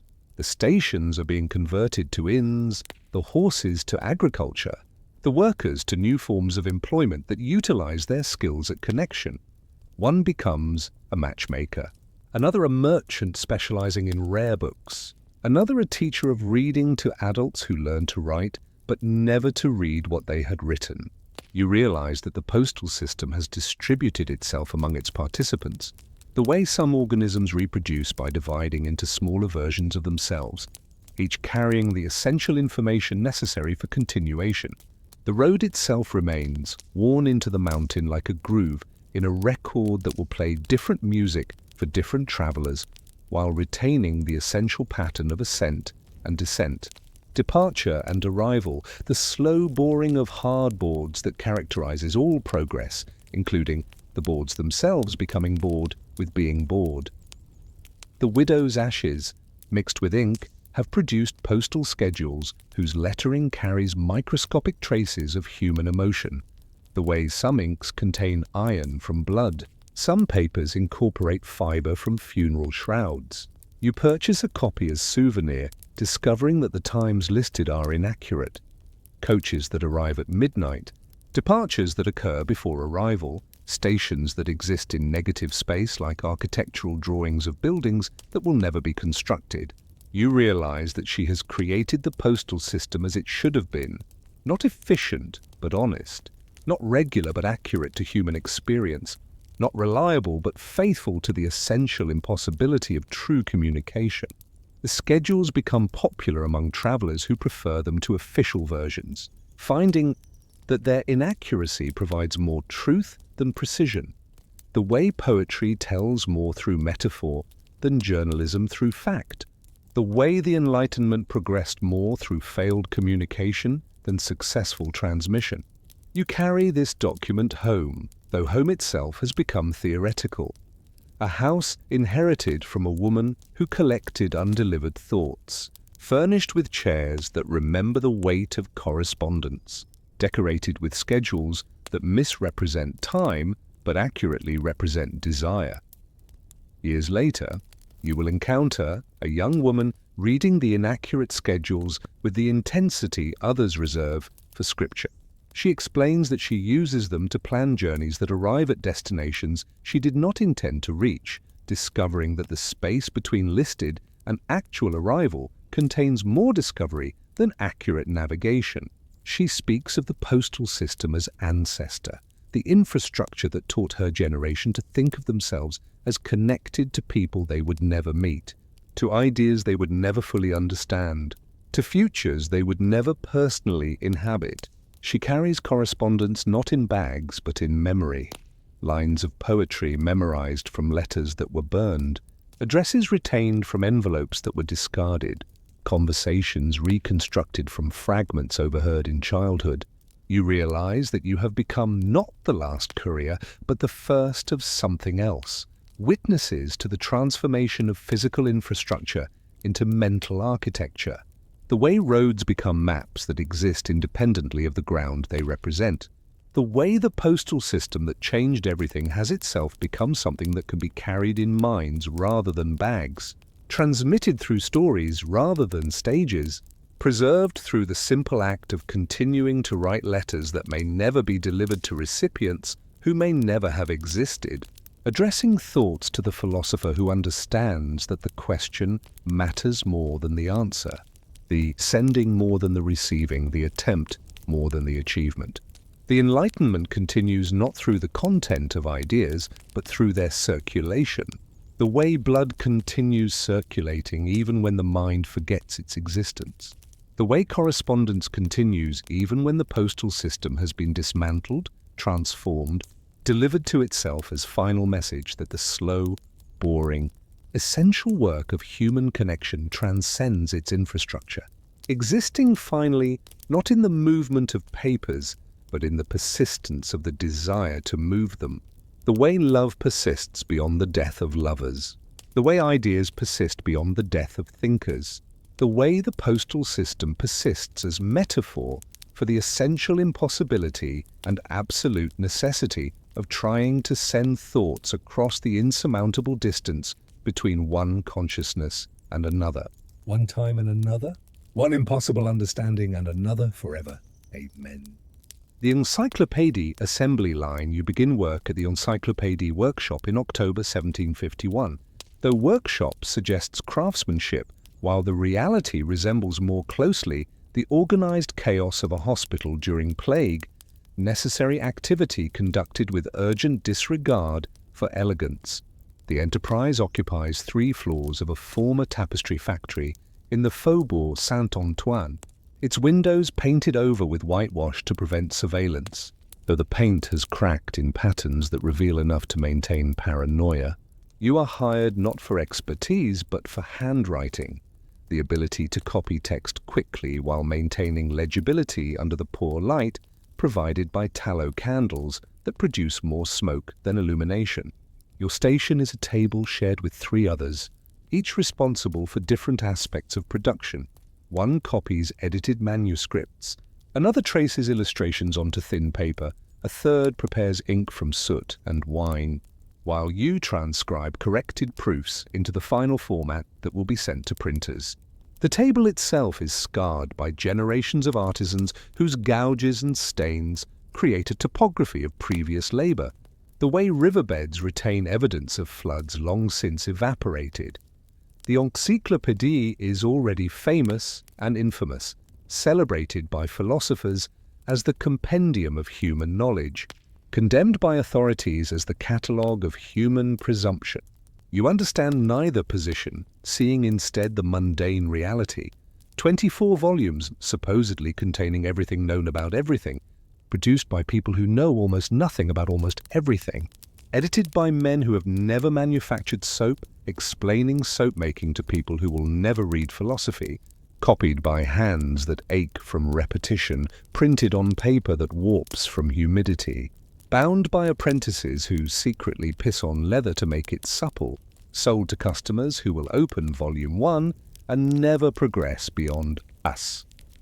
The entry on aardvarks being neither accurate nor interesting. The work proceeds by division, each article broken into components assigned to different copyists, the way corpses are dismembered for medical students who must learn anatomy without understanding the person who once inhabited the body. Your section handles natural history, the description of animals you have never seen, plants you could not identify, minerals whose names you cannot pronounce, all copied from previous books whose authors copied from earlier books, creating a genealogy of error that stretches back to Pliny the Elder, who described hedgehogs collecting apples by rolling on them, a claim repeated for 15 centuries, despite never being observed by anyone who actually encountered a hedgehog. The copyists work in silence, broken only by necessary communication. Ink. Paper. Fire needs tending. Statements that function like monastic chants, creating rhythm through repetition while avoiding the heresy of original thought. Conversation about content is forbidden, not by rule but by consensus. Discussing the accuracy of descriptions would require acknowledging that accuracy matters, which would transform copying from mechanical labor into intellectual responsibility, a burden none wish to assume. Instead, you develop private relationships with the text. The entry on beaver becomes associated with the winter your father trapped animals to pay rent. Cinnamon recalls the smell of the bakery where you first kissed a girl whose name you have forgotten but whose taste you remember as powdered sugar mixed with anticipation. The text itself becomes a mnemonic device for memories it did not create. The way some people remember their childhood, through furniture arrangements rather than events. The way songs carry emotional weight, independent of their lyrics' meaning. You copy descriptions of elephant digestion while thinking about your mother's death. Transcribe explanations of volcanic formation while remembering your brother's departure for the colonies. Reproduce diagrams of bird migration while considering your own migration from rural ignorance to urban semi-literacy, never progressing beyond semi, because literacy implies understanding while you have learned only transcription. The editors appear rarely, emerging from their offices like angels descending Jacob's ladder though carrying manuscripts rather than divine messages. Diderot himself visits monthly, though visit suggests interaction, while the reality resembles inspection, walking between tables without speaking, examining copies without reading, nodding approval without specificity. He is smaller than expected, dressed in clothes that fit perfectly, but somehow appear borrowed, as if identity itself were temporary accommodation rather than permanent residence. His wig is powdered but not ostentatiously, the powder settling on his shoulders like dandruff that has achieved philosophical significance. He carries a notebook whose pages he fills with observations that will never be published. the way some people keep diaries they intend to burn, creating records whose purpose is extinction rather than preservation. You once witnessed him stop at your table while you copied the entry on maggot, watching your hand move across paper with the expression of someone observing surgery, not horrified, but fascinated by the mechanics of transformation. The way flesh becomes meat through application of knife. The way thought becomes text through application of hand. He said nothing, but his presence altered the room's atmosphere the way lightning alters air before storm, charging ordinary elements with potential meaning that dissipates without manifesting as weather.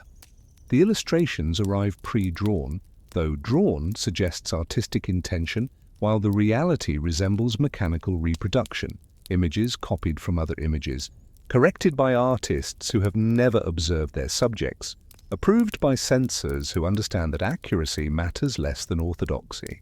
Your table receives plates depicting fish whose scales are individually numbered, though the artist clearly worked from dried specimens whose scales fell off during transport, birds whose feathers appear as regular patterns rather than organic growth, flowers whose petals display geometric precision impossible in nature. These images must be copied onto thin paper that will be transferred to copper plates for engraving, a process that requires pressure sufficient to leave indentations in the table beneath, creating negative images that accumulate like ghost memories of things that never existed in positive form. You develop relationships with these non-existent creatures. The fish with too many scales becomes associated with your landlord, who counts rent days with similar precision. The bird with perfect feathers recalls the prostitute who wore elaborate wigs she removed during intimacy, revealing hair cropped short for lice prevention. The flower with impossible symmetry reminds you of the mathematics teacher who insisted that nature prefers perfect circles despite every actual circle being imperfect if examined closely enough. Quality control exists as ritual rather than function.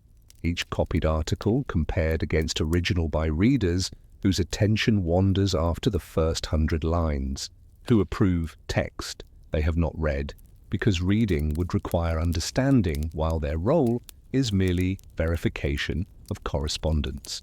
Errors are discovered not through systematic review, but through accident. The copyist who misspells elephant as elegant creates confusion only when the entry discusses ivory as elegant tusks, the mistake revealing that elegance and elephants share more than spelling, that beauty and beast exist on continua rather than in opposition, that the error contains truth, the correct spelling obscured.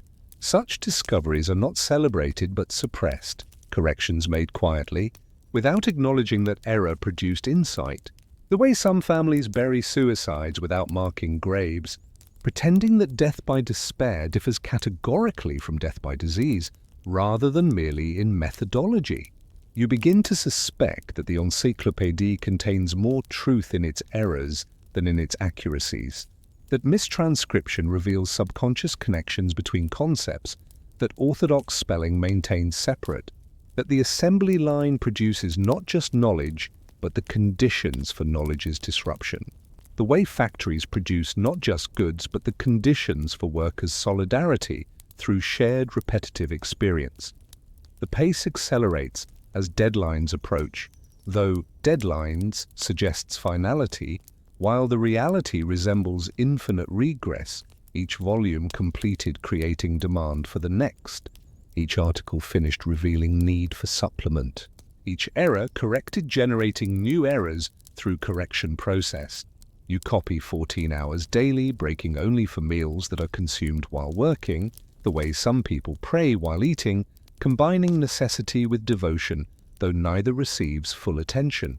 Your handwriting deteriorates through repetition, becoming more efficient but less legible, the way some people's speech becomes rapid through practice while losing clarity through speed.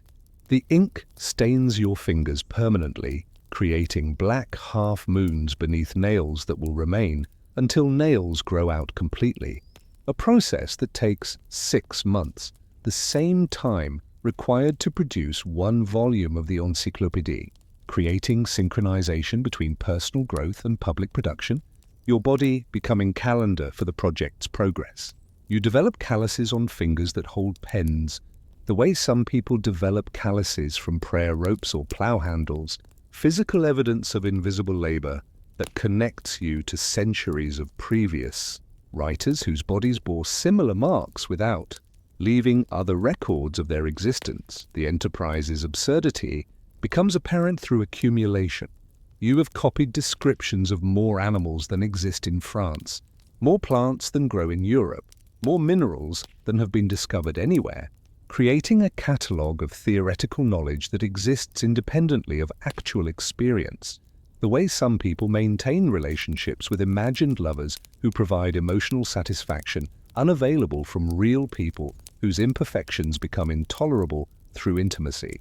The encyclopedia becomes not repository but replacement, knowledge that supplants rather than supplements experience, creating conditions where people know more about elephants they will never encounter than about neighbors they encounter daily, where expertise becomes possible without observation, where authority derives from compilation rather than comprehension. You realize that you are participating not in education, but in alienation, the separation of knowledge from knower through mechanical reproduction, the transformation of understanding into information, the substitution of quantity for quality through systematic accumulation. The assembly line does not produce enlightenment, but the conditions for enlightenment's commodification, knowledge packaged for consumption independent of comprehension. The way bread is produced for eating independent of understanding agriculture. Yet something emerges from the mechanical process that resembles meaning, the discovery that repetition creates its own form of understanding. The way walking the same path daily produces knowledge of terrain that differs from but complements cartographic knowledge. The way praying the same words daily creates meaning that transcends literal interpretation. You begin to notice patterns in the text that reveal organizational principles invisible to intentional reading. The way descriptions of dangerous animals cluster near entries about social control. The way explanations of plant reproduction parallel discussions of human generation. The way mechanical processes mirror biological processes in structural similarity that suggests underlying unity between artificial and natural systems. These patterns are not designed but emergent, properties of the system that appear through execution rather than planning. The way a river creates oxbow lakes through persistence rather than intention. The way language develops irregular verbs through usage rather than design. You realize that the encyclopedia contains unconscious knowledge, information its creators did not intend to include, but could not exclude because they themselves were products of the systems they attempted to catalogue objectively. The volume nears completion, though completion suggests finality, while the reality resembles preparation for continuation, each finished article creating space for additional articles, each answered question revealing unanswerable questions, each solved problem exposing unsolvable problems. You have copied approximately 40,000 entries, though counting becomes meaningless when entries contain sub-entries, when cross-references create infinite loops, when indexes refer to indexes in recursive patterns that approach but never achieve self-reference. Your handwriting has become automatic. The hand moves while the mind wanders, creating text that exists independently of consciousness, the way some people walk while sleeping, the way breathing continues during unconsciousness, the way hearts beat without instruction. You discover that mechanical labor creates conditions for thought that intentional thinking cannot achieve.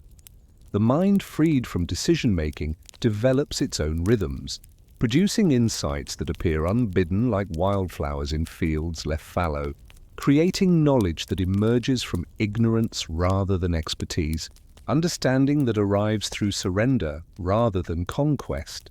The assembly line has produced not just the encyclopedia, but the conditions for its own transcendence, the way factories produce not just goods, but workers who understand production well enough to transform it, the way repetition creates expertise in repetition, that reveals possibilities for non-repetition.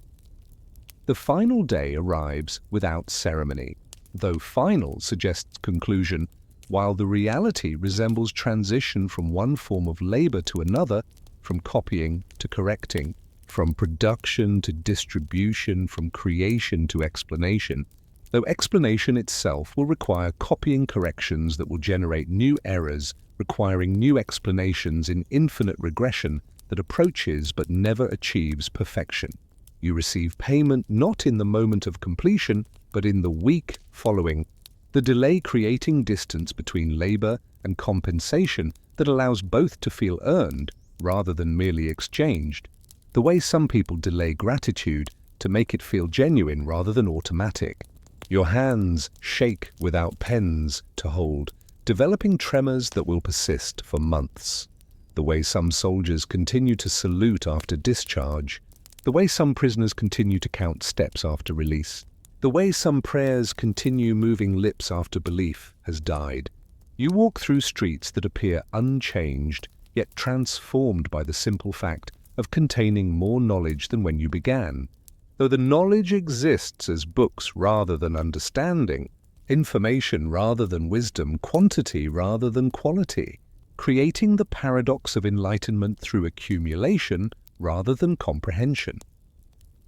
You visit the commercial district where the completed volumes are displayed in shop windows, their spines creating geometric patterns that please the eye without revealing content, their gold stamping reflecting light in ways that suggest value independent of substance, their weight creating presence that implies significance through mere physicality.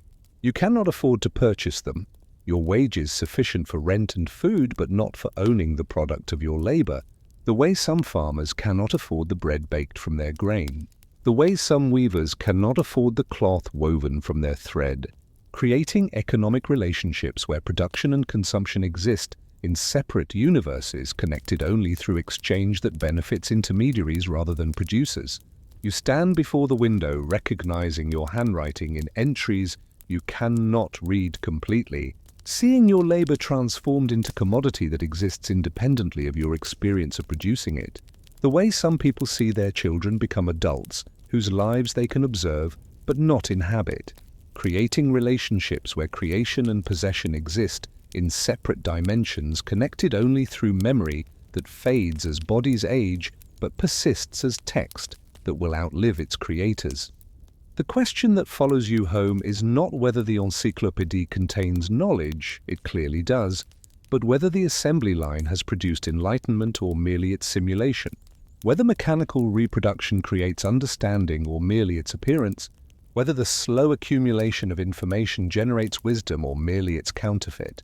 You realize that you have participated in creating not just books, but the conditions for their consumption, readers who will mistake compilation for comprehension, who will believe that owning volumes equals possessing knowledge, who will substitute reference for understanding, creating a society where expertise becomes possible without experience, where authority derives from access rather than insight, where enlightenment becomes commodified rather than internalized. Yet something genuine emerges from this mechanical process. The discovery that knowledge exists not in individual entries, but in their assembly, not in separate articles, but in their juxtaposition, not in intentional content, but in accidental patterns that reveal connections invisible to purposeful thought. The encyclopédie achieves enlightenment not through what it contains, but through what it creates. The conditions for readers to discover their own ignorance, the confidence to question authority, the tools to interrogate systems that produce knowledge independent of understanding, the slow boring of hardboards that characterizes progress, including the boards themselves becoming bored with being bored, creating space for something else to emerge from the sawdust of mechanical production. The way forests grow from decomposition, the way understanding emerges from the acknowledgement of its absence, the way the assembly line produces not just encyclopedias but encyclopedists, people who understand knowledge well enough to transform it, creating conditions for enlightenment that transcend its mechanical reproduction, existing finally not in books, but in minds, changed by the simple fact of having participated in the impossible attempt to know everything about everything through the slow, boring, essential work of copying descriptions of things you will never see, while discovering that the act of description itself creates knowledge independent of its objects. The way naming creates identity, the way writing creates reality, the way the encyclopedia assembly line produces not just information, but the conditions for information's transcendence into understanding that exists not in compilation, but in compilation's aftermath, like the silence that follows music, like the space that contains architecture, like the memory that outlives experience, like the question that persists after all answers have been delivered and found insufficient, like the enlightenment that begins not with knowing, but with knowing that knowing is never enough, never final, never complete, never mechanical, never merely copied, but always transformed through the simple fact of having been copied by hands that cannot prevent themselves from understanding even when understanding was never required, never intended, never designed, but emergent, like meaning from repetition, like wisdom from boredom, like revolution from the slow accumulation of ordinary days spent copying descriptions of elephants while thinking about the elegance of tasks that require neither elegance nor elephants, but merely persistence. Amen. The encyclopedia has become your unconscious companion. The way some people carry pocket watches they never consult but would feel undressed without, existing as potential rather than actual reference, as security rather than utility, as memory rather than presence. You have left the workshop, but the workshop has not left you. Your handwriting retains the compression developed through copying thousands of lines. Your dreams organize themselves alphabetically. Your conversation cross-references itself like articles that know they exist in relation to other articles rather than as independent statements. You find yourself explaining ordinary phenomena through encyclopedic structure, describing your landlady's temperament through comparison to animals you have never seen but whose descriptions you copied accurately, discussing weather through reference to atmospheric pressure explained in entries you transcribed without understanding, analyzing relationships through metaphors drawn from mechanical processes described in volumes you helped create but never read completely. The encyclopedia has become not just reference but lens, transforming perception through the simple fact of having participated in its creation. The way glassblowers see the world through understanding of silica's properties, the way carpenters notice joinery invisible to others, creating expertise that emerges from repetition rather than study, knowledge that exists in fingers rather than minds, understanding that arrives through surrender to process rather than mastery of content. You have found employment as a private tutor, teaching the children of merchants who require literacy for business but sensitivity for status, creating curriculum that combines practical skills with cultural capital. Though you understand neither fully, having learned to copy rather than to comprehend, to transcribe rather than to translate, to reproduce rather than to originate. Your students learn handwriting by copying entries from the encyclopedia, beginning with aardvark and progressing through the alphabet with the same mechanical precision you employed in the workshop. Though they believe they are learning about the world rather than learning to reproduce descriptions of the world, creating the same illusion that sustained you during production, the belief that proximity to knowledge equals possession of knowledge, that access to information equals understanding of information, that compilation equals comprehension. You watch them develop the same calluses you earned, the same stooped posture, the same automatic writing that continues while minds wander, creating the conditions for insight to emerge from ignorance, for understanding to develop through mechanical reproduction, for enlightenment to arrive through the simple fact of having participated in the slow accumulation of information regardless of whether that information was ever intended for understanding rather than mere existence as text. The encyclopedia itself has become controversial in ways that transcend its content. The government has banned further volumes while simultaneously purchasing copies for official libraries, creating the paradox of prohibition combined with preservation. The way some religions forbid certain texts while maintaining them in sacred languages, the way some parents hide books from children while displaying them in living rooms, creating relationships where forbidden knowledge exists as both temptation and taboo, where access is restricted but awareness is universal, where the banned becomes desired through the simple fact of banning rather than through any inherent quality of the content itself. You encounter people who have never read the encyclopedia but have strong opinions about it.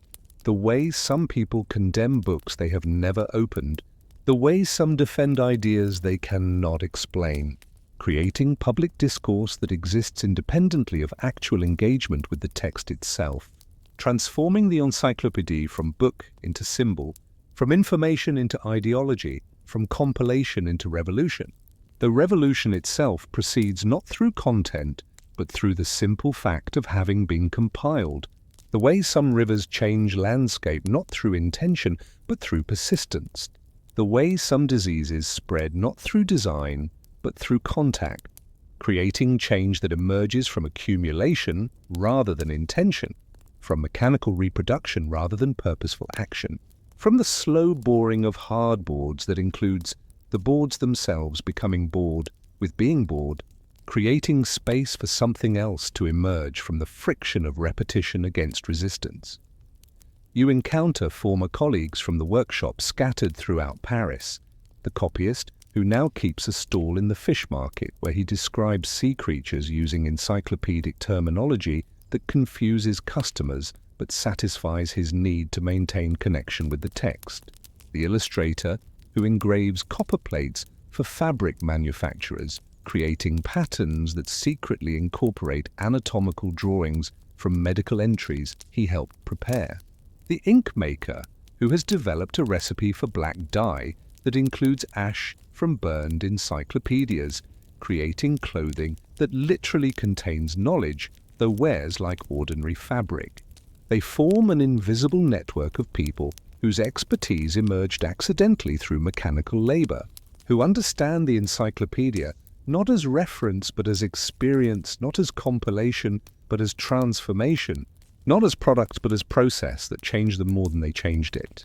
You meet monthly at a tavern whose proprietor was once a binder for the project, his walls decorated with damaged pages rescued from destruction, creating wallpaper that visitors admire without recognizing, forming a secret society whose membership is defined not by initiation but by participation in the slow boring of hardboards that characterized Enlightenment. Production. The encyclopedia itself has begun to show its age. Volumes whose spines crack from use, pages whose edges brown from handling. Ink that fades from exposure to light, though fading reveals previously invisible writing. The way some paintings reveal underdrawings through time's erosion. The way some manuscripts show previous texts scraped away but not completely erased, creating palimpsests that contain multiple temporal layers simultaneously. You discover that second-hand copies contain marginalia that transform their content, corrections that create new errors, objections that reveal political opinions, personal anecdotes that connect abstract knowledge to individual experience, creating documents that exist in multiple dimensions simultaneously, the original text, the reader's response, the subsequent reader's response to both, forming conversations that continue across decades independent of authors' intentions. These annotated copies become more valuable than pristine ones. The value exists not in monetary terms, but in their capacity to demonstrate that knowledge exists not as fixed text, but as living conversation, not as authority, but as invitation, not as conclusion, but as beginning. The way some seeds require passage through digestive systems to germinate, the way some ideas require passage through minds to become meaningful independent of their original expression. You begin to collect these annotated copies, though collect suggests intention, while the reality resembles rescue.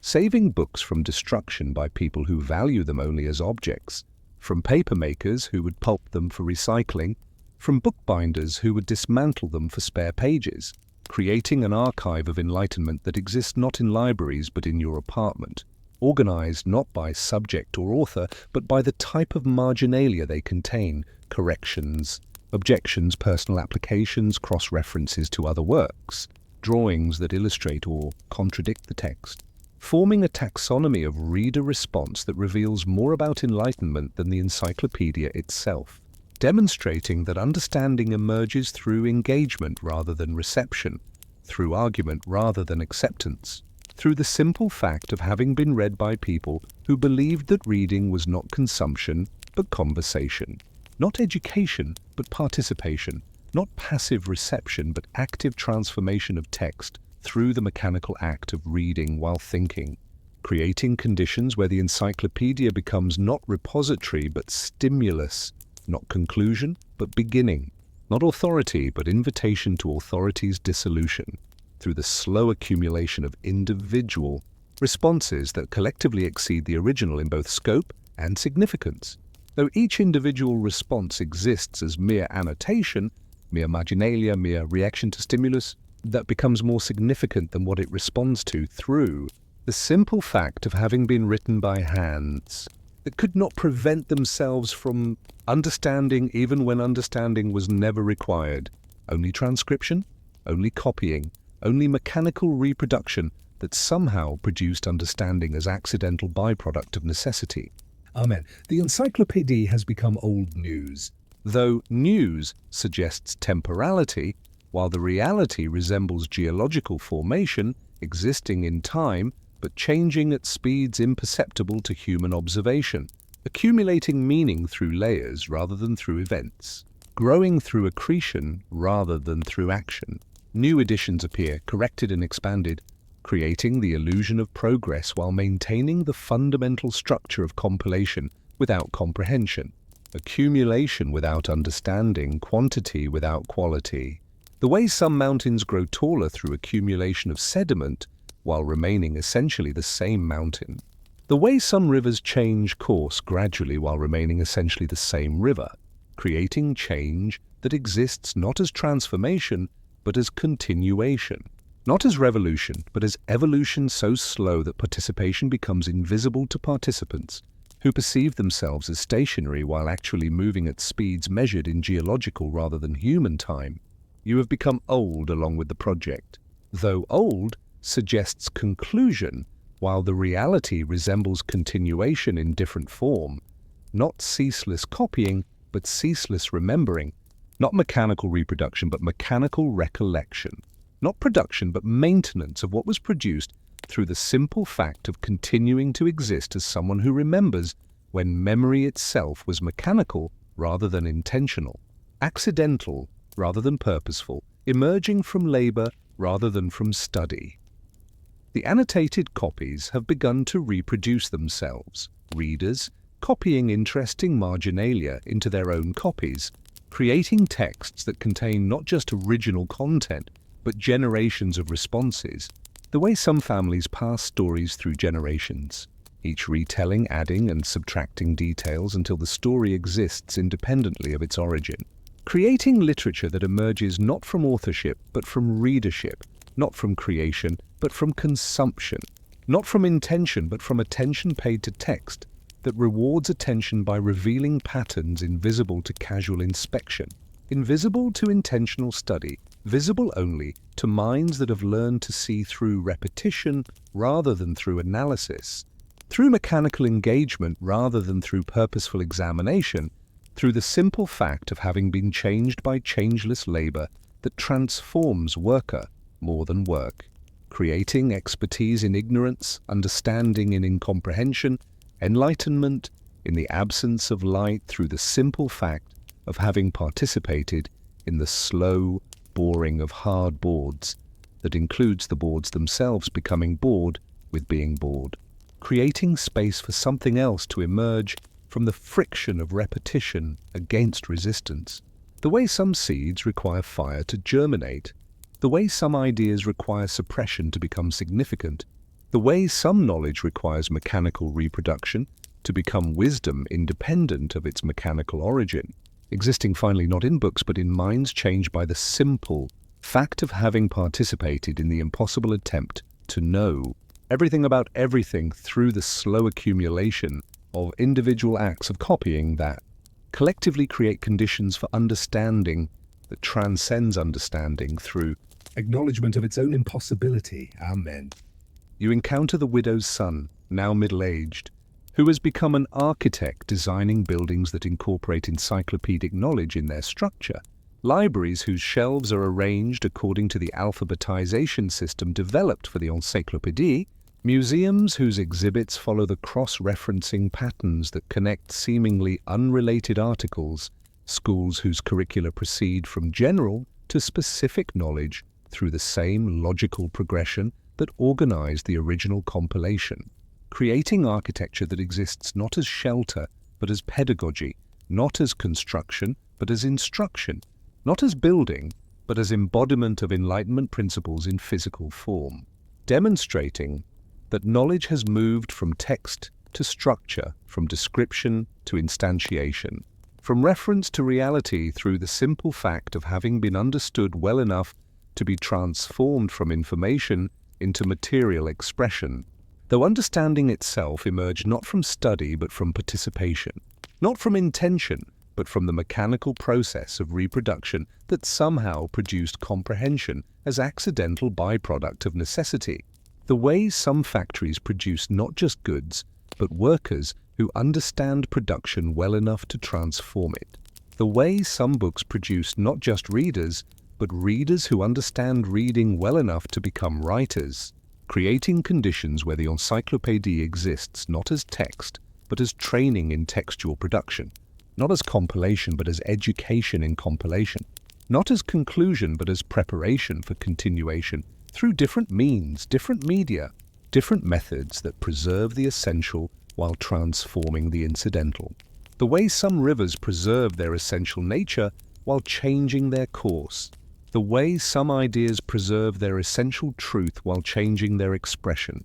Creating continuity that exists not as preservation but as transformation. Not as stasis but as motion so slow that movement becomes invisible while remaining constant. Like the hour hand of a clock that moves, inevitably though imperceptibly, toward the next moment while carrying with it all previous moments that have been transformed into the present through the simple fact of having been experienced, remembered, and transformed into understanding that exists not as knowledge but as the capacity for knowledge's continued production independent of its original source, independent of mechanical reproduction, independent of the assembly line that created the conditions for its emergence while remaining external to emergence itself. Like the soil that enables but does not participate in the growth it supports. Like the frame that enables but does not participate in the painting it contains. Like the process that enables but does not participate in the understanding it produces through the simple fact of having been participated in rather than having been understood. Creating enlightenment that exists not as achievement but as capacity, not as conclusion but as beginning, not as answer but as question, that persists after all answers have been delivered and found insufficient, like the silence that contains music, like the space that contains architecture, like the memory that outlives experience while continuing to produce experience through the simple fact of having been remembered. Amen. The encyclopédie has achieved immortality through obsolescence. Though immortality suggests permanence while the reality resembles transformation, existing not as text, but as method, not as content, but as process, not as product, but as training in production that continues independently of the product that trained its producers, creating conditions where knowledge exists not in compilation, but in the capacity for compilation, not in reference, but in the capacity for reference, not in information, but in the capacity for information's continued transformation through engagement rather than through accumulation, through conversation rather than through collection, through the slow accumulation of individual responses that collectively exceed the original while remaining dependent on it for their possibility, their significance, their existence as responses rather than as original statements. Creating a literature that exists not as authorship, but as readership, not as creation, but as reaction, not as intention, but as attention paid, that transforms attention into understanding through the simple fact of having been paid consistently, persistently, mechanically, until mechanical attention becomes understanding that transcends mechanics through acknowledgement of its mechanical origin. The way some rivers become oceans while remaining essentially the same water transformed by context rather than by essence. The way some ideas become wisdom while remaining essentially the same thoughts transformed by experience rather than by intention. Creating continuity that exists not as preservation, but as acknowledgement of transformation. Not as stasis, but as motion that continues beyond the visibility of movement while remaining motion. Like the earth that rotates though we feel still. Like the blood that circulates though we feel constant. Like the understanding that develops though we feel unchanged. Creating enlightenment that exists not as achievement, but as the simple fact of having been changed by participation in changeless labor that transforms through the friction of repetition against resistance. The way some seeds require passage through darkness to germinate. The way some ideas require passage through ignorance to become understanding. The way some knowledge requires passage through mechanical reproduction.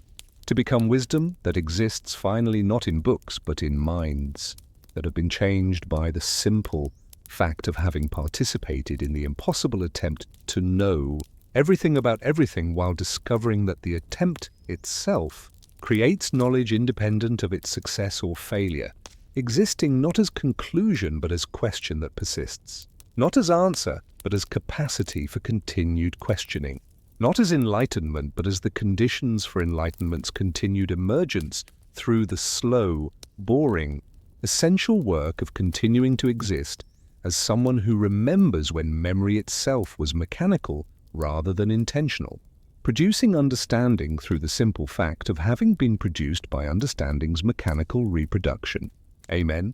Forever, without end, like the hour hand that continues moving though invisible, like the understanding that continues developing though imperceptible, like the encyclopédie that continues enlightening though obsolete, existing finally as the question that follows you into death, whether the assembly line produced enlightenment or merely revealed that enlightenment was always mechanical, always repetitive, always boring, always essential, always transcending its mechanics through the simple fact of having been mechanical, creating the conditions for its own transcendence through the friction of repetition against resistance, the slow boring of hard boards that includes the boards themselves becoming bored with being bored, creating space for something else to emerge that is neither bored nor boring, but the space between them where understanding occurs without being understood, where enlightenment emerges without being enlightened,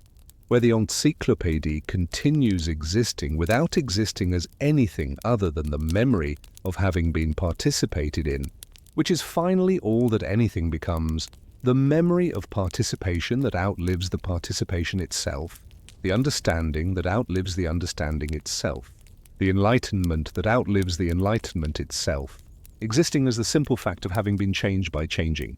Something else without ever understanding. The change or the something else or the having been or the being or the simple fact that simple facts are never simple and never facts, but merely the memory of having been remembered, which is finally all that history becomes, the memory of remembering that remembering occurred without understanding what was remembered or why or how or whether remembering itself changes the remembered or merely the rememberer, creating conditions where the encyclopédie exists not as text, but as the memory of having been text, not as knowledge, but as the memory of having been knowledge, not as enlightenment, but as the memory of having been enlightenment, which is finally all that anything was ever going to become anyway. Amen. Forever, without end. Like this sentence that continues because it cannot stop. Like the understanding that continues because it cannot stop. Like the enlightenment that continues because it cannot stop being what it became through the simple fact of having become it mechanically, boringly, essentially, forever.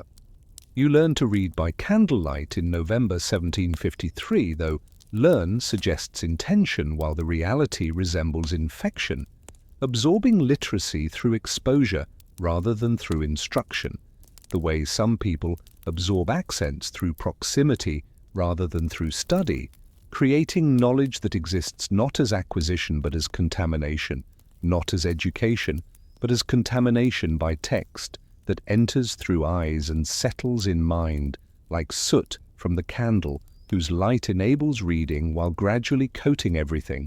It illuminates with the residue of illumination itself, creating conditions where reading exists not as activity but as atmosphere, not as choice but as environment, not as skill but as the simple fact of having been exposed to text in sufficient quantity that text becomes internal environment rather than external object. The way some people become immune to diseases through exposure rather than through prevention, creating literacy that exists not as achievement but as adaptation to textual environment, produced not by teachers but by the simple fact of having existed in proximity to text during the hours when candlelight makes text visible, while simultaneously making visible the smoke that text produces through its consumption by eyes that consume it mechanically, boringly, essentially, without understanding that consumption itself is consumption, that reading itself is reading, that learning itself is learning through the simple fact of having occurred in candlelight that makes visible both the text and the process of making text visible. Amen. The candle itself is not purchased but produced. Tallow rendered from sheep fat collected from the butcher who pays you to collect it, creating economic relationships where literacy exists as byproduct of survival, where reading emerges from necessity rather than from desire, where enlightenment proceeds not through intention but through the simple fact of having participated in the slow accumulation of animal fat that becomes light, that becomes visibility, that becomes literacy, that becomes understanding that exists, not as understanding but as the memory of having been exposed to understanding's possibility through the mechanical process of collecting fat, that becomes light, that becomes reading, that becomes something else that was never intended but emerges, inevitably, from the mechanical reproduction of daily necessity. The way some rivers become navigable through the simple fact of having been walked along daily, the way some ideas become understandable through the simple fact of having been encountered repeatedly, creating conditions where reading exists not as activity but as the simple fact of having been exposed to text in sufficient quantity that text becomes internal rather than external. Like the smoke that becomes internal through breathing while remaining external through visibility, creating the paradox of illumination that makes visible both the text and the smoke that text produces through its consumption by eyes that consume mechanically, boringly, essentially, without understanding consumption itself. Amen.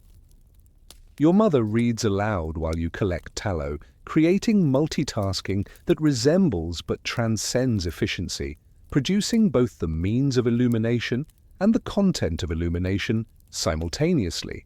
The way some people sing while working and discover that work becomes singing while singing becomes work, creating fusion that eliminates distinction between means and ends, between process and product, between the candle that enables reading and the reading that justifies candle making, between the tallow that becomes light and the light that becomes understanding and the understanding that becomes memory and the memory that becomes something else that was never intended but emerges inevitably from the mechanical reproduction of daily necessity that produces enlightenment as accidental byproduct of survival.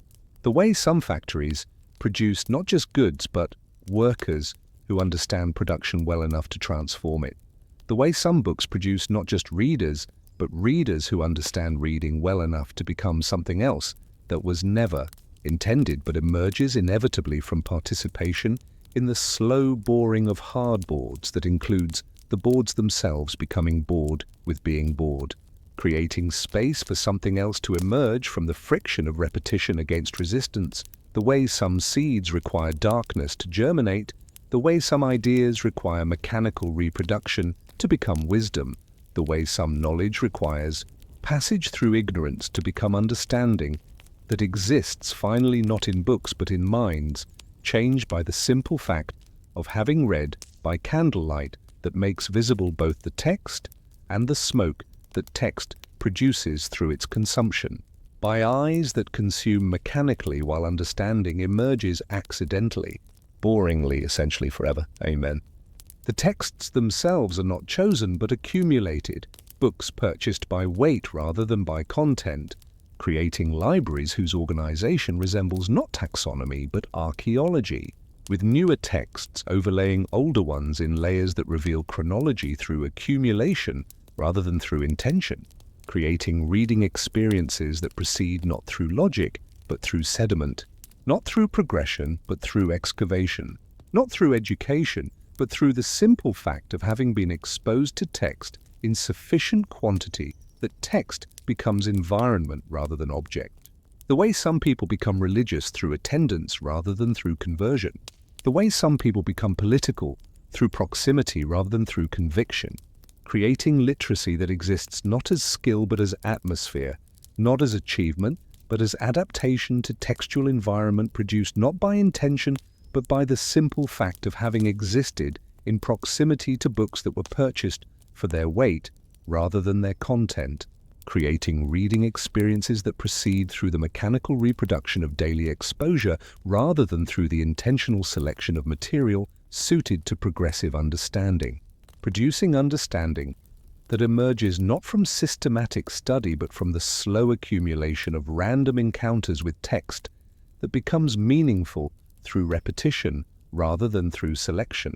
The way some rivers become significant through the simple fact of having been crossed daily rather than through their inherent significance, creating significance that exists not in text, but in the memory of having encountered text repeatedly while collecting tallow that becomes candle, that becomes light, that becomes visibility, that becomes literacy, that becomes something else that was never intended but emerges inevitably from the mechanical reproduction of daily necessity that produces enlightenment as accidental byproduct of survival itself. Amen. Reading proceeds not through completion, but through accumulation. Passages read repeatedly until they become internal environment rather than external text, creating memorization that resembles but transcends rote learning, producing not just memory but environment, not just knowledge but the conditions for knowledge's continued production, independent of text itself. The way some people learn songs through repetition until the song becomes part of their breathing pattern. The way some people learn prayers through repetition until prayer becomes part of their heartbeat, creating literacy that exists not as skill but as physiology, not as achievement, but as the simple fact of having been changed by exposure to text in sufficient quantity that text becomes blood rather than food, breath rather than air, heartbeat rather than rhythm, creating conditions where reading exists not as activity but as the simple fact of having become textual through exposure to text, while producing tallow that becomes candle, that becomes light, that becomes visibility, that becomes understanding, that exists not as understanding but as the memory of having been exposed to understanding's possibility through the mechanical process of daily survival that produces enlightenment as accidental byproduct of necessity itself, forever, without end, like the candle that continues burning though invisible in daylight, like the understanding that continues developing though imperceptible in routine, like the text that continues existing though forgotten in memory, creating continuity that exists not as preservation but as transformation, not as stasis but as motion, that continues beyond visibility while remaining motion, like the hour hand that moves, inevitably though imperceptibly, toward the next moment while carrying with it all previous moments that have been transformed into the present through the simple fact of having been experienced while reading by candlelight that makes visible both the text and the smoke, that text produces through its consumption by eyes that consume mechanically while understanding emerges. Accidentally, boringly, essentially. Without understanding itself, amen, forever, without end, like this reading that continues because it cannot stop, like the understanding that continues because it cannot stop being what it became through the simple fact of having become it, mechanically through the simple fact of having read by Candlelight that makes visible both the reading and the reader that reading produces through its consumption by minds that consume mechanically while becoming something else that was never intended but emerges inevitably from the mechanical reproduction of daily necessity that produces enlightenment as accidental byproduct of survival itself, which is finally all that anything was ever going to become anyway. Amen forever, without end, like the candle that burns though invisible, like the reading that continues though forgotten, like the enlightenment that persists though obsolete, existing finally as the simple fact of having been changed by changing text through the simple fact of having been exposed to text while producing the means of exposing text to itself, creating conditions where reading exists not as activity but as the memory of having been activity, not as skill but as the memory of having been skill, not as enlightenment but as the memory of having been enlightenment, which is finally all that anything becomes, the memory of becoming that outlives the becoming itself, the understanding that outlives the understanding itself, the reading that outlives the reading itself, existing as the simple fact of having been read by candlelight, that made visible both the text and the smoke, that reading produces through its consumption by minds that become textual through the simple fact of having read text mechanically, boringly, essentially forever. Amen. The candlelight reading has ended, though ended suggests conclusion, while the reality resembles transformation. It exists not as termination but as continuation in different form, not as cessation but as evolution into something that resembles but transcends its origin. The practice has moved from your kitchen to your memory, from collective necessity to individual habit, from social requirement to personal ritual that continues in the absence of both social pressure and practical need. You find yourself reading by candlelight even when oil lamps are available, even when daylight suffices, even when reading itself has become unnecessary for survival or social advancement. The practice has become its own justification, creating meaning through repetition rather than through purpose, developing significance through persistence rather than through productivity. Your neighbors have dispersed into their own lives, carrying with them not just the memory of collective reading, but the physical habits it produced, the way they hold books at specific angles learned during those winter evenings, the way they unconsciously measure reading time by candle consumption, the way they associate particular texts with specific candle smells that trigger memories independent of the texts themselves. The candle making has evolved from necessity to meditation. You still collect tallow, though you no longer need the income. You still render fat, though you no longer require the light. You still twist wicks, though you no longer lack alternatives. The process has become contemplative rather than productive, creating space for thought through the repetitive movements that once served only practical purposes. Your hands know the work well enough to perform it, while your mind wanders through the texts you read during those years of collective reading, creating a fusion of physical memory and intellectual memory that exists outside time but inside experience. The way some people recite prayers while performing tasks that require no conscious thought. The way some people hum while working on projects that demand attention but not concentration. You discover that the texts have become part of your physical environment. You find yourself quoting passages while performing unrelated tasks, reciting descriptions while observing phenomena that share only tangential relationships with the original content, creating connections that exist not in the text themselves but in your experience of reading them under specific conditions that cannot be replicated or transferred.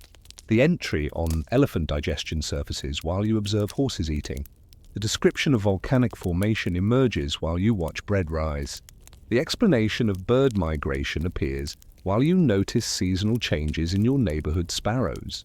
These associations are not logical but experiential, creating a personal encyclopedia that exists not as reference but as reflex, not as knowledge but as the way you process experience through categories established during those years of candlelit reading. Your children have learned to read by different methods. They attend schools where literacy is taught systematically, where texts are selected for pedagogical value, where reading proceeds through progression rather than through accumulation. They find your candlelight reading peculiar, though they participate politely when you insist, holding books at the angles you demonstrate but without understanding why these angles matter, reading the texts you select but without connecting them to the memories that make these texts significant for you. They have learned that reading exists as skill rather than as environment, as achievement rather than as adaptation, as intentional acquisition rather than as accidental contamination by text that enters through exposure rather than through study. The neighborhood has changed. New families have replaced the original participants in your collective reading sessions. They use different lighting methods, read different texts, organize their social lives around different activities, yet something persists. The way the baker arranges his morning bread in patterns that recall the encyclopedia's cross-referencing system, the way the cobbler organizes his tools according to categories that mirror the encyclopedia's classification methods, the way the midwife explains bodily processes using analogies drawn from mechanical descriptions she learned during those evening readings. These practices exist not as conscious references but as habits absorbed through participation, creating enlightenment that persists not as ideology but as methodology, not as content but as approach to organizing and understanding experience. You find yourself reading the same passages repeatedly, not for their content but for the experience of reading them by candlelight under specific conditions that recall earlier readings. The texts have become mnemonic devices for remembering not their information but the circumstances of their acquisition. The winter, when the river froze so completely that you could walk across it while carrying tallow for candle making. The spring, when the baker's son died and collective reading provided structure for grief that had no other outlet.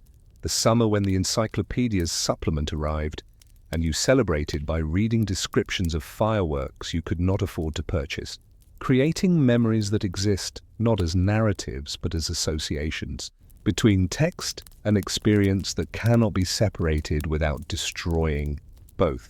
The physical objects have acquired significance independent of their function.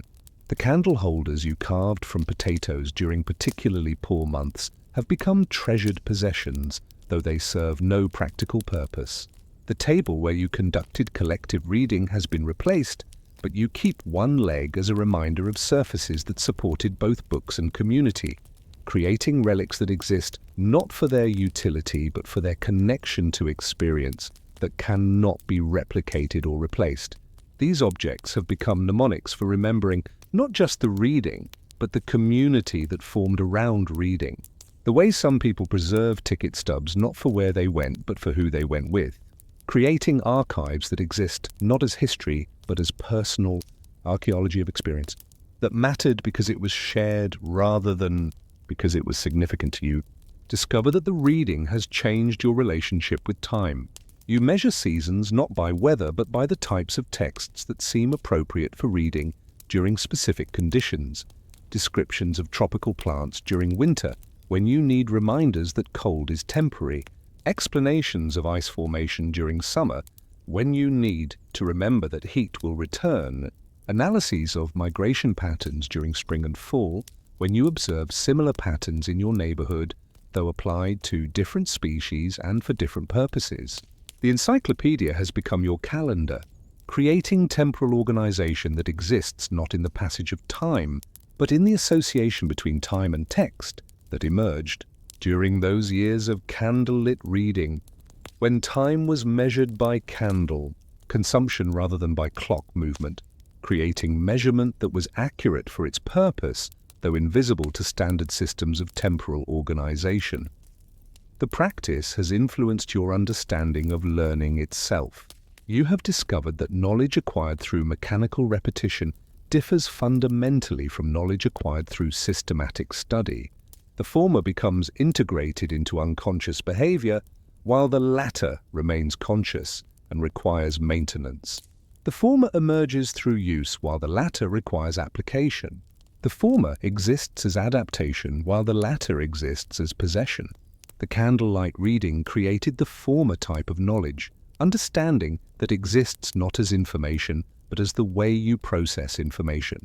Not as content, but as the lens through which content is filtered, creating expertise that you cannot explain, but can demonstrate through the simple fact of having been changed by the process of acquiring it. Mechanically rather than intentionally, you find yourself teaching others without teaching.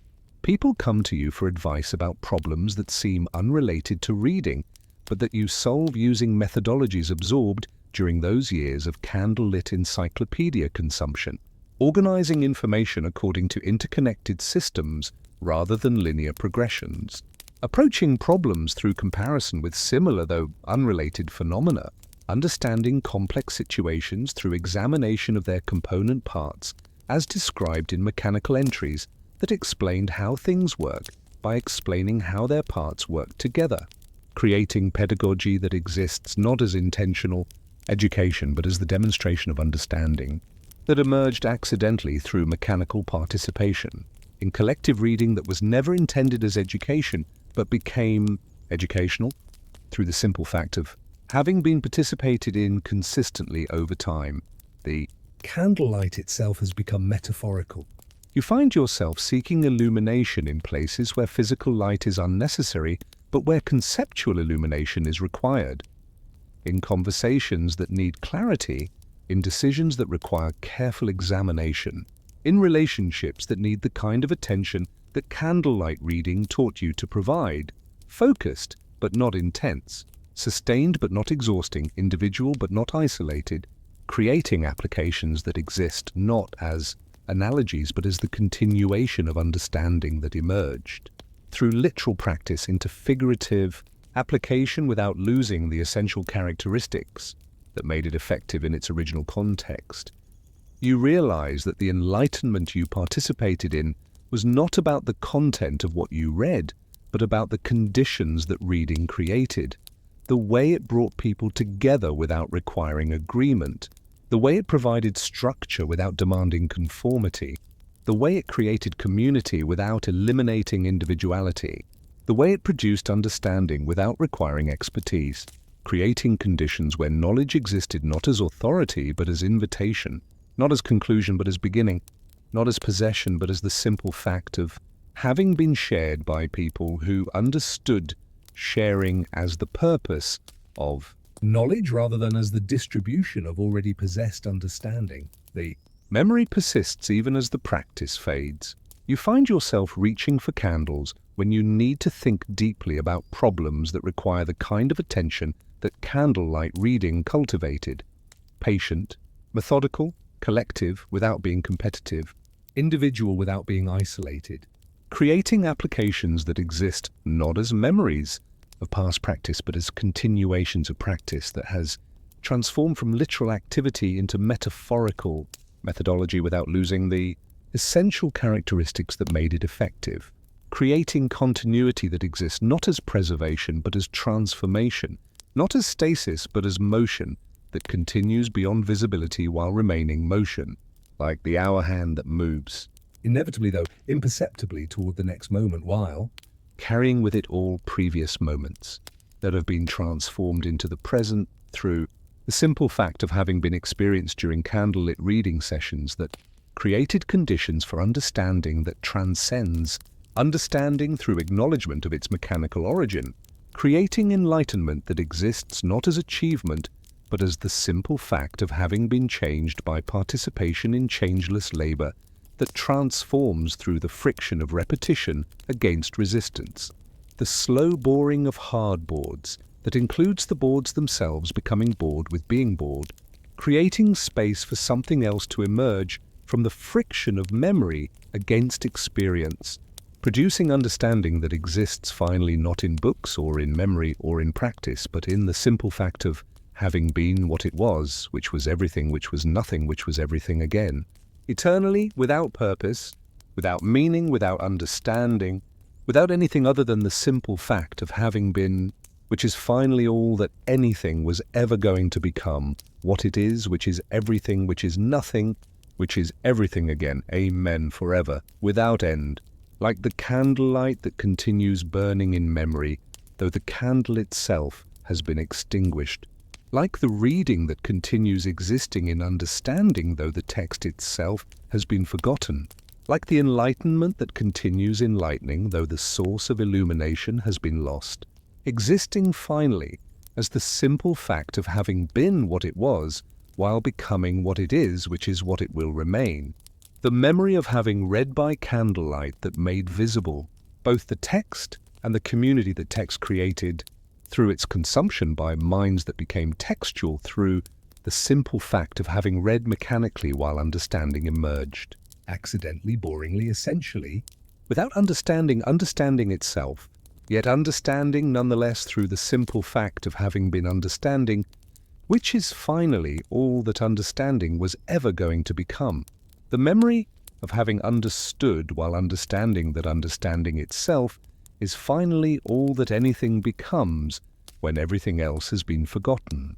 Amen. Forever, without end, without purpose, without meaning, without anything other than the simple fact of having been, which is finally everything, and therefore nothing, and therefore everything again, eternally, without conclusion, without resolution, without anything other than the simple fact of having been what it was, which is what it is, which is what it will be, candlelight reading that became memory, that became understanding, that became enlightenment, that became everything, that became nothing, that became everything again, forever, without end, without beginning, without anything other than being what it is, which is finally all that anything was ever going to become, what it is.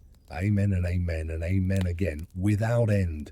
Forever, eternally, without purpose, without meaning, without understanding, without anything other than being what it is, which is being what it is, which is being what it is, which is finally all that being was ever going to become, being. Amen, forever, without end. The candlelight reading has become your bones. Your breath, your heartbeat, your memory, your understanding, your enlightenment, your everything, your nothing, your everything again. Existing not as practice, but as the memory of practice. Not as activity, but as the simple fact of having been active. Not as knowledge, but as the simple fact of having known through the simple fact of having read by candlelight that made visible both the reading and the reader that reading produced through its consumption by minds that became what they became through the simple fact of having become it mechanically, boringly, essentially forever, without end. Amen.